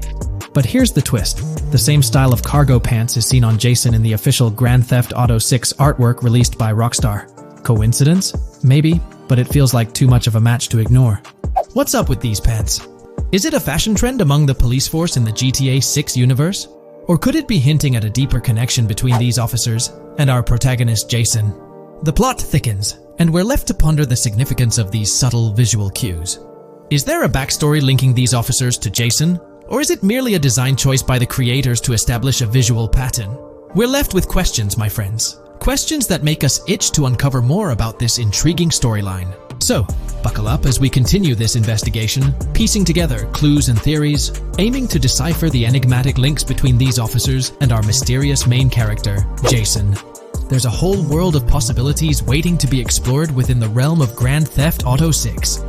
Let's dive into this article by Exputer that further supports this rumor. GTA 6 fans have been busy digging into the lore of both protagonists since the trailer dropped. It appears that users may already have found notable details about Jason. A slew of forums and posts have popped up with speculations with evidence that complies with prior findings. A post by the Redditor. Jack_Torrance80 on the GTA 6 subreddit solidifies the past rumors that clarified that Jason would start the game as a cop. The pants worn by the protagonist in the GTA 6 poster are a part of the official uniform of Miami-Dade Police. The green cargo pants are the same color used by the Miami-Dade Police SWAT team. Additionally, the inclusion of body cam footage in the trailer may also imply his past background as a cop. It is speculated that he was dismissed from the service during the events of the game, having to continue his life as a petty thief. In the side-by-side comparison, you'll notice something intriguing. Those pants on the right in the image are an exact match to the ones worn by those police officers in the trailer clip. The detailing with those black bands and the gun holsters, it's all there. But here's where it gets interesting. Jason, in the official artwork, doesn't seem to have any of those gun holsters. It's as if he decided to part ways with that gear when he left the police force, holding onto only those distinctive pants. Now, about that white tank top he's sporting in the artwork, it bears a striking resemblance to the one worn by the cop, positioned on the far right in that clip. It's these little connections that make you wonder if there's more to it than meets the eye. Could it be a deliberate choice by the creators to hint at Jason's past, subtly linking him to the law enforcement world? Or is it just a coincidence?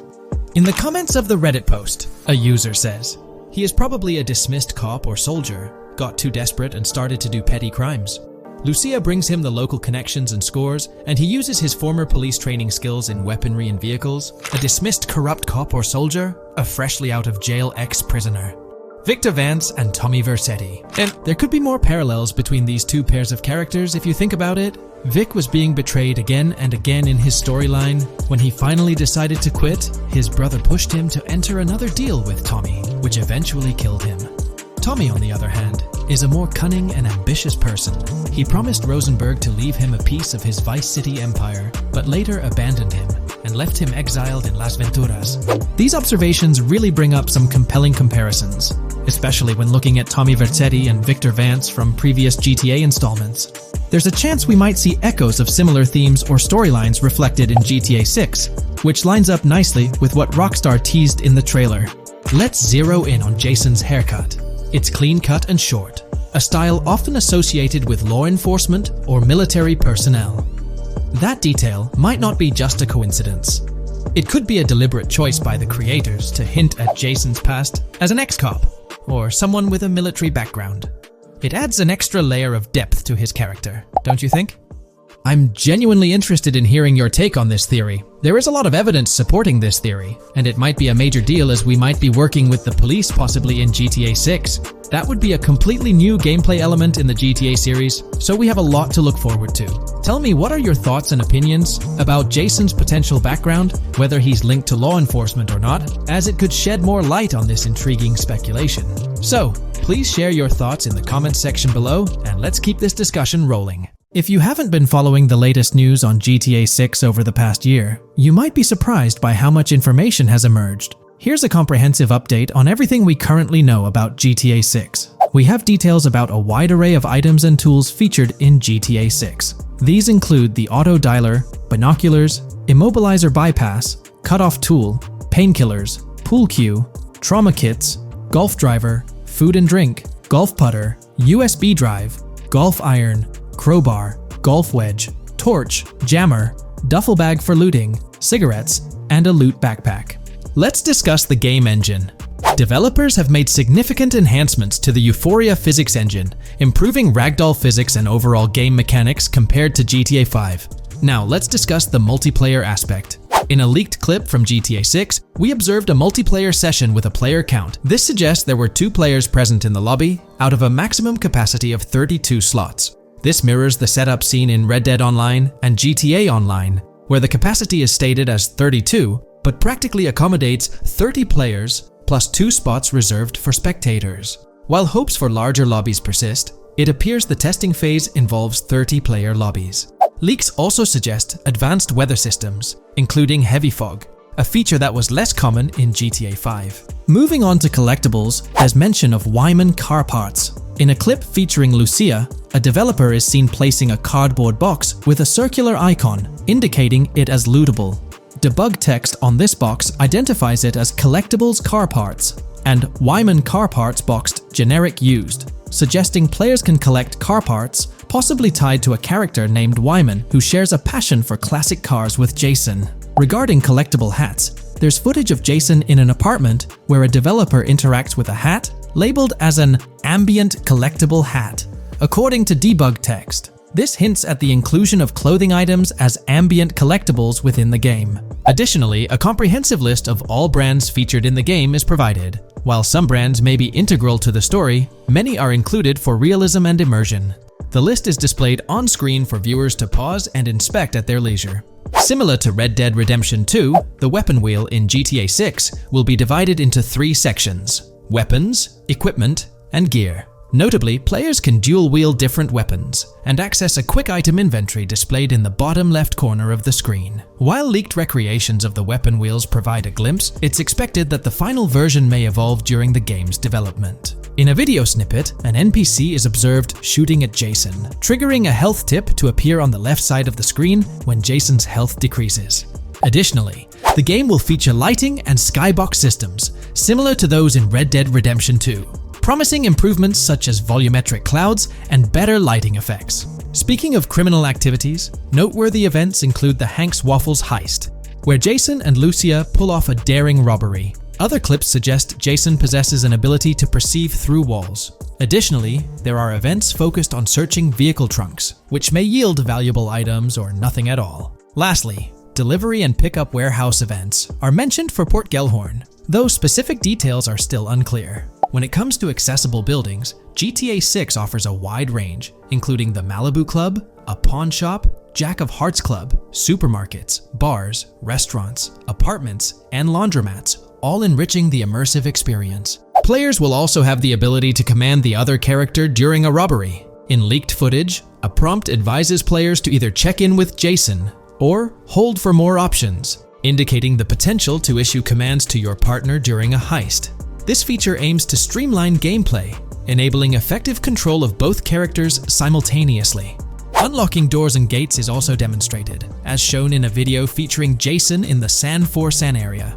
Debug text indicates locked door panels, suggesting the necessity to unlock specific entry points. In addition, a new police system called Time Until Cops Dispatch has been implemented. Now, when you commit a crime, the police won't immediately arrive.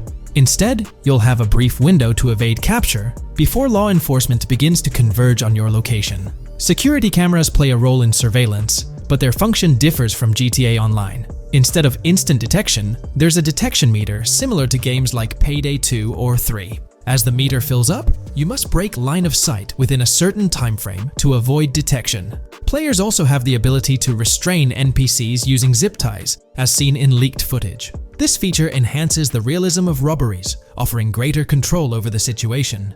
Additionally, players can loot vehicles, as briefly shown in the Hank's Waffles video. A button prompt to examine SUV suggests the ability to inspect random vehicles and potentially steal valuables from them. A while back, a significant leak revealed a plethora of potential world encounters, random events that occur as you navigate the game world. I've displayed these on your screen, and while I won't go through each one, you'll notice they're quite fascinating. From parking disputes to donut burnouts, protests, and even someone getting a concussion, these events add depth and realism to the world of Vice City. It's exciting to imagine strolling through such a dynamic environment where something is always happening. Take a moment to review them if you like. They're quite impressive.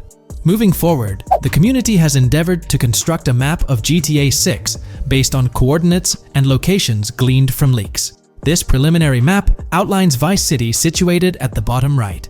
The top section of the map remains somewhat enigmatic for now. Nonetheless, this initial map looks incredibly promising, and the excitement for exploring its intricacies is palpable. For the setting, we know about 3 different gangs in Vice City: San Forsan, a Haitian gang, the Guardia Brothers, and the far-right militia. These details create an exciting anticipation for what to expect in GTA 6. Now, let's delve into the variety of confirmed wildlife in the game. Players can expect encounters with snakes, seagulls, skunks, raccoons, alligators, wading birds, squirrels, southern leopard frogs, crayfish, lizards, skunk apes, pigeons, opossums, and even whales. While these are the animals confirmed so far, we anticipate discovering more upon the game's release. These are the species we're aware of at present. Fences in GTA 6 are not just physical barriers to jump over or drive through. They are individuals involved in illegal transactions within the game. Acting as middlemen, these characters buy illegal items from players to resell them to others. Now, let's explore the AI witness system and police recognition feature, which are notably significant.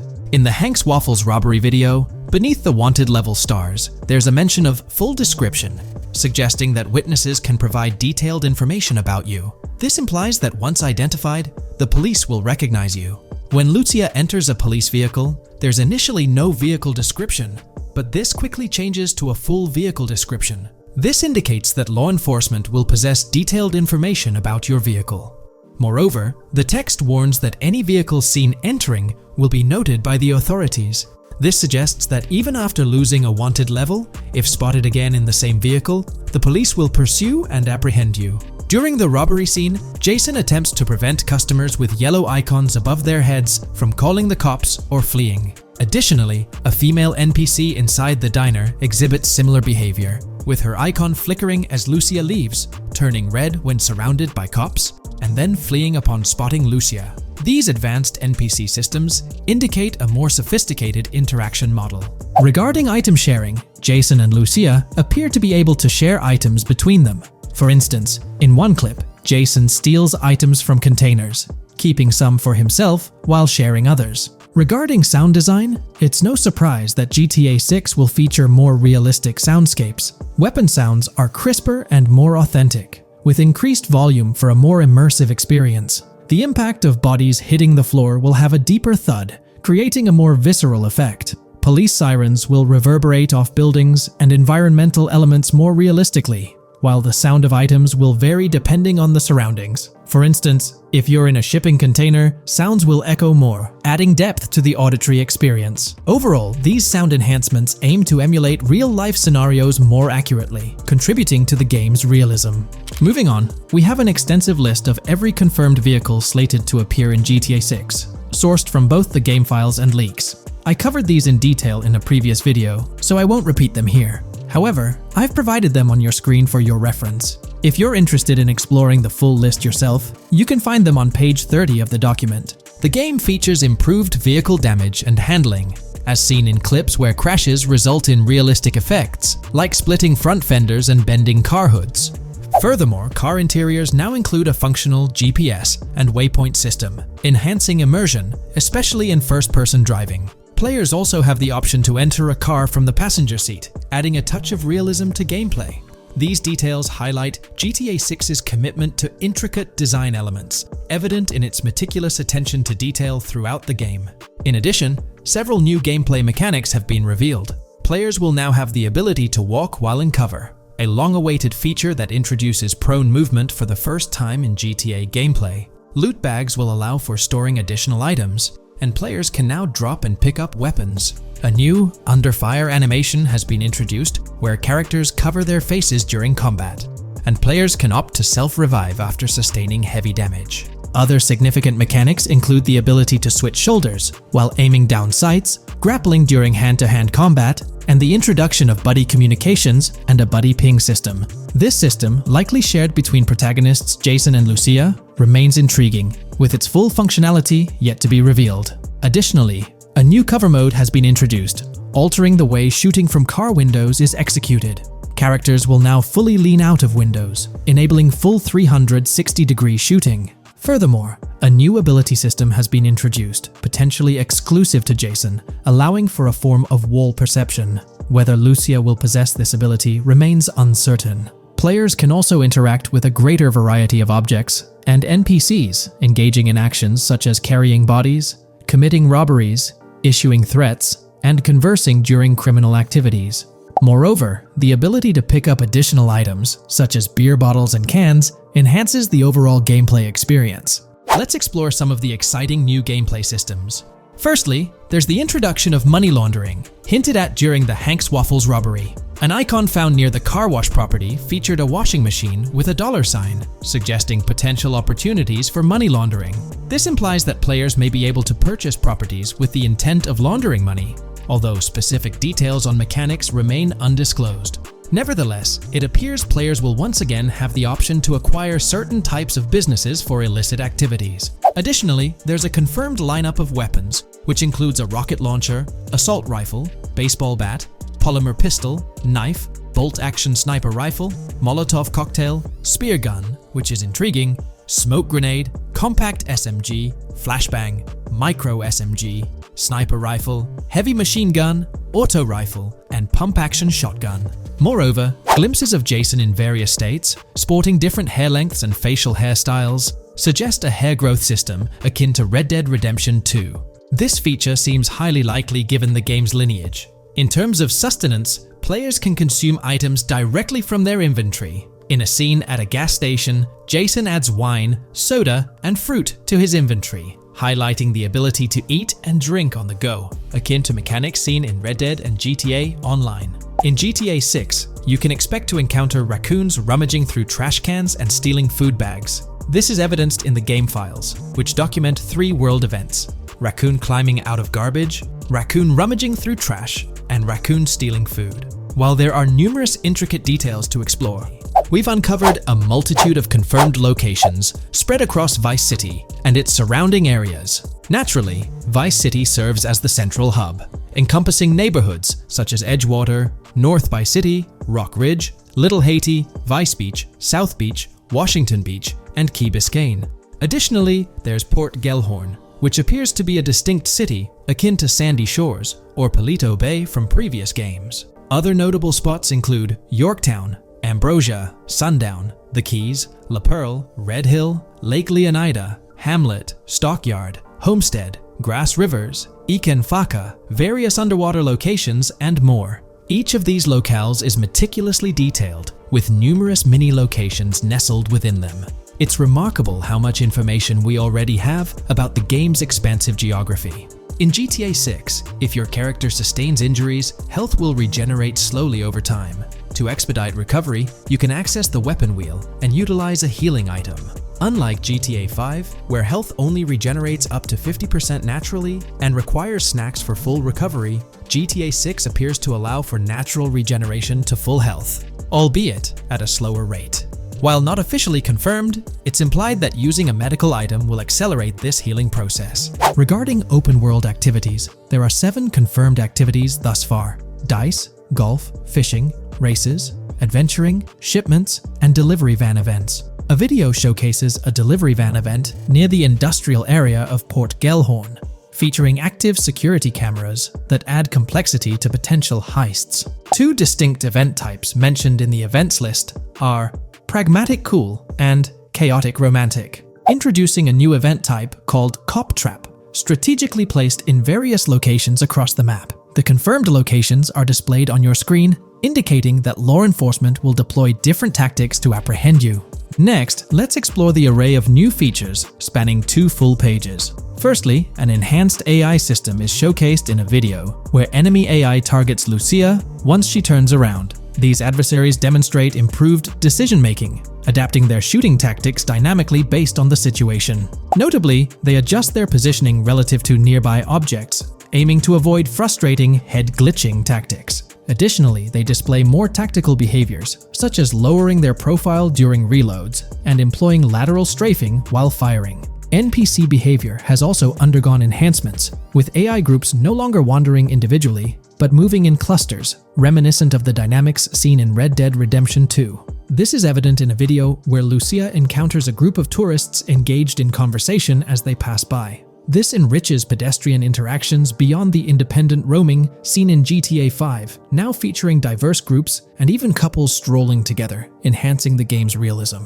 A new gameplay feature allows players to surrender to the police during a robbery, introducing an intriguing dynamic with consequences yet to be fully revealed. Additionally, players can purchase gumballs from vending machines, potentially serving as a health boost, although specific effects remain speculative. Similar to GTA 5, your character's attire will accumulate dirt over time, adding a layer of realism.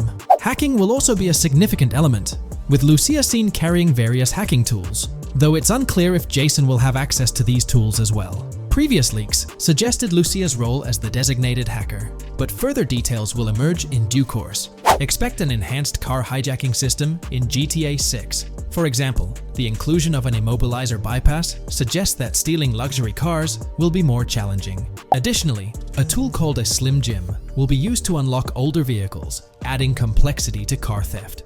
Moreover, events such as Steal Car in Progress and Steal Car Fail indicate potential complications during vehicle theft. Events like Carjacking Cat and Carjacking Advanced AI suggest further intricacies in vehicle-related activities. Finally, the document concludes with approximately 20 pages detailing locations found in leaks that correspond to real-world locales in Miami. This inclusion underscores the meticulous efforts put into crafting a rich and immersive game world.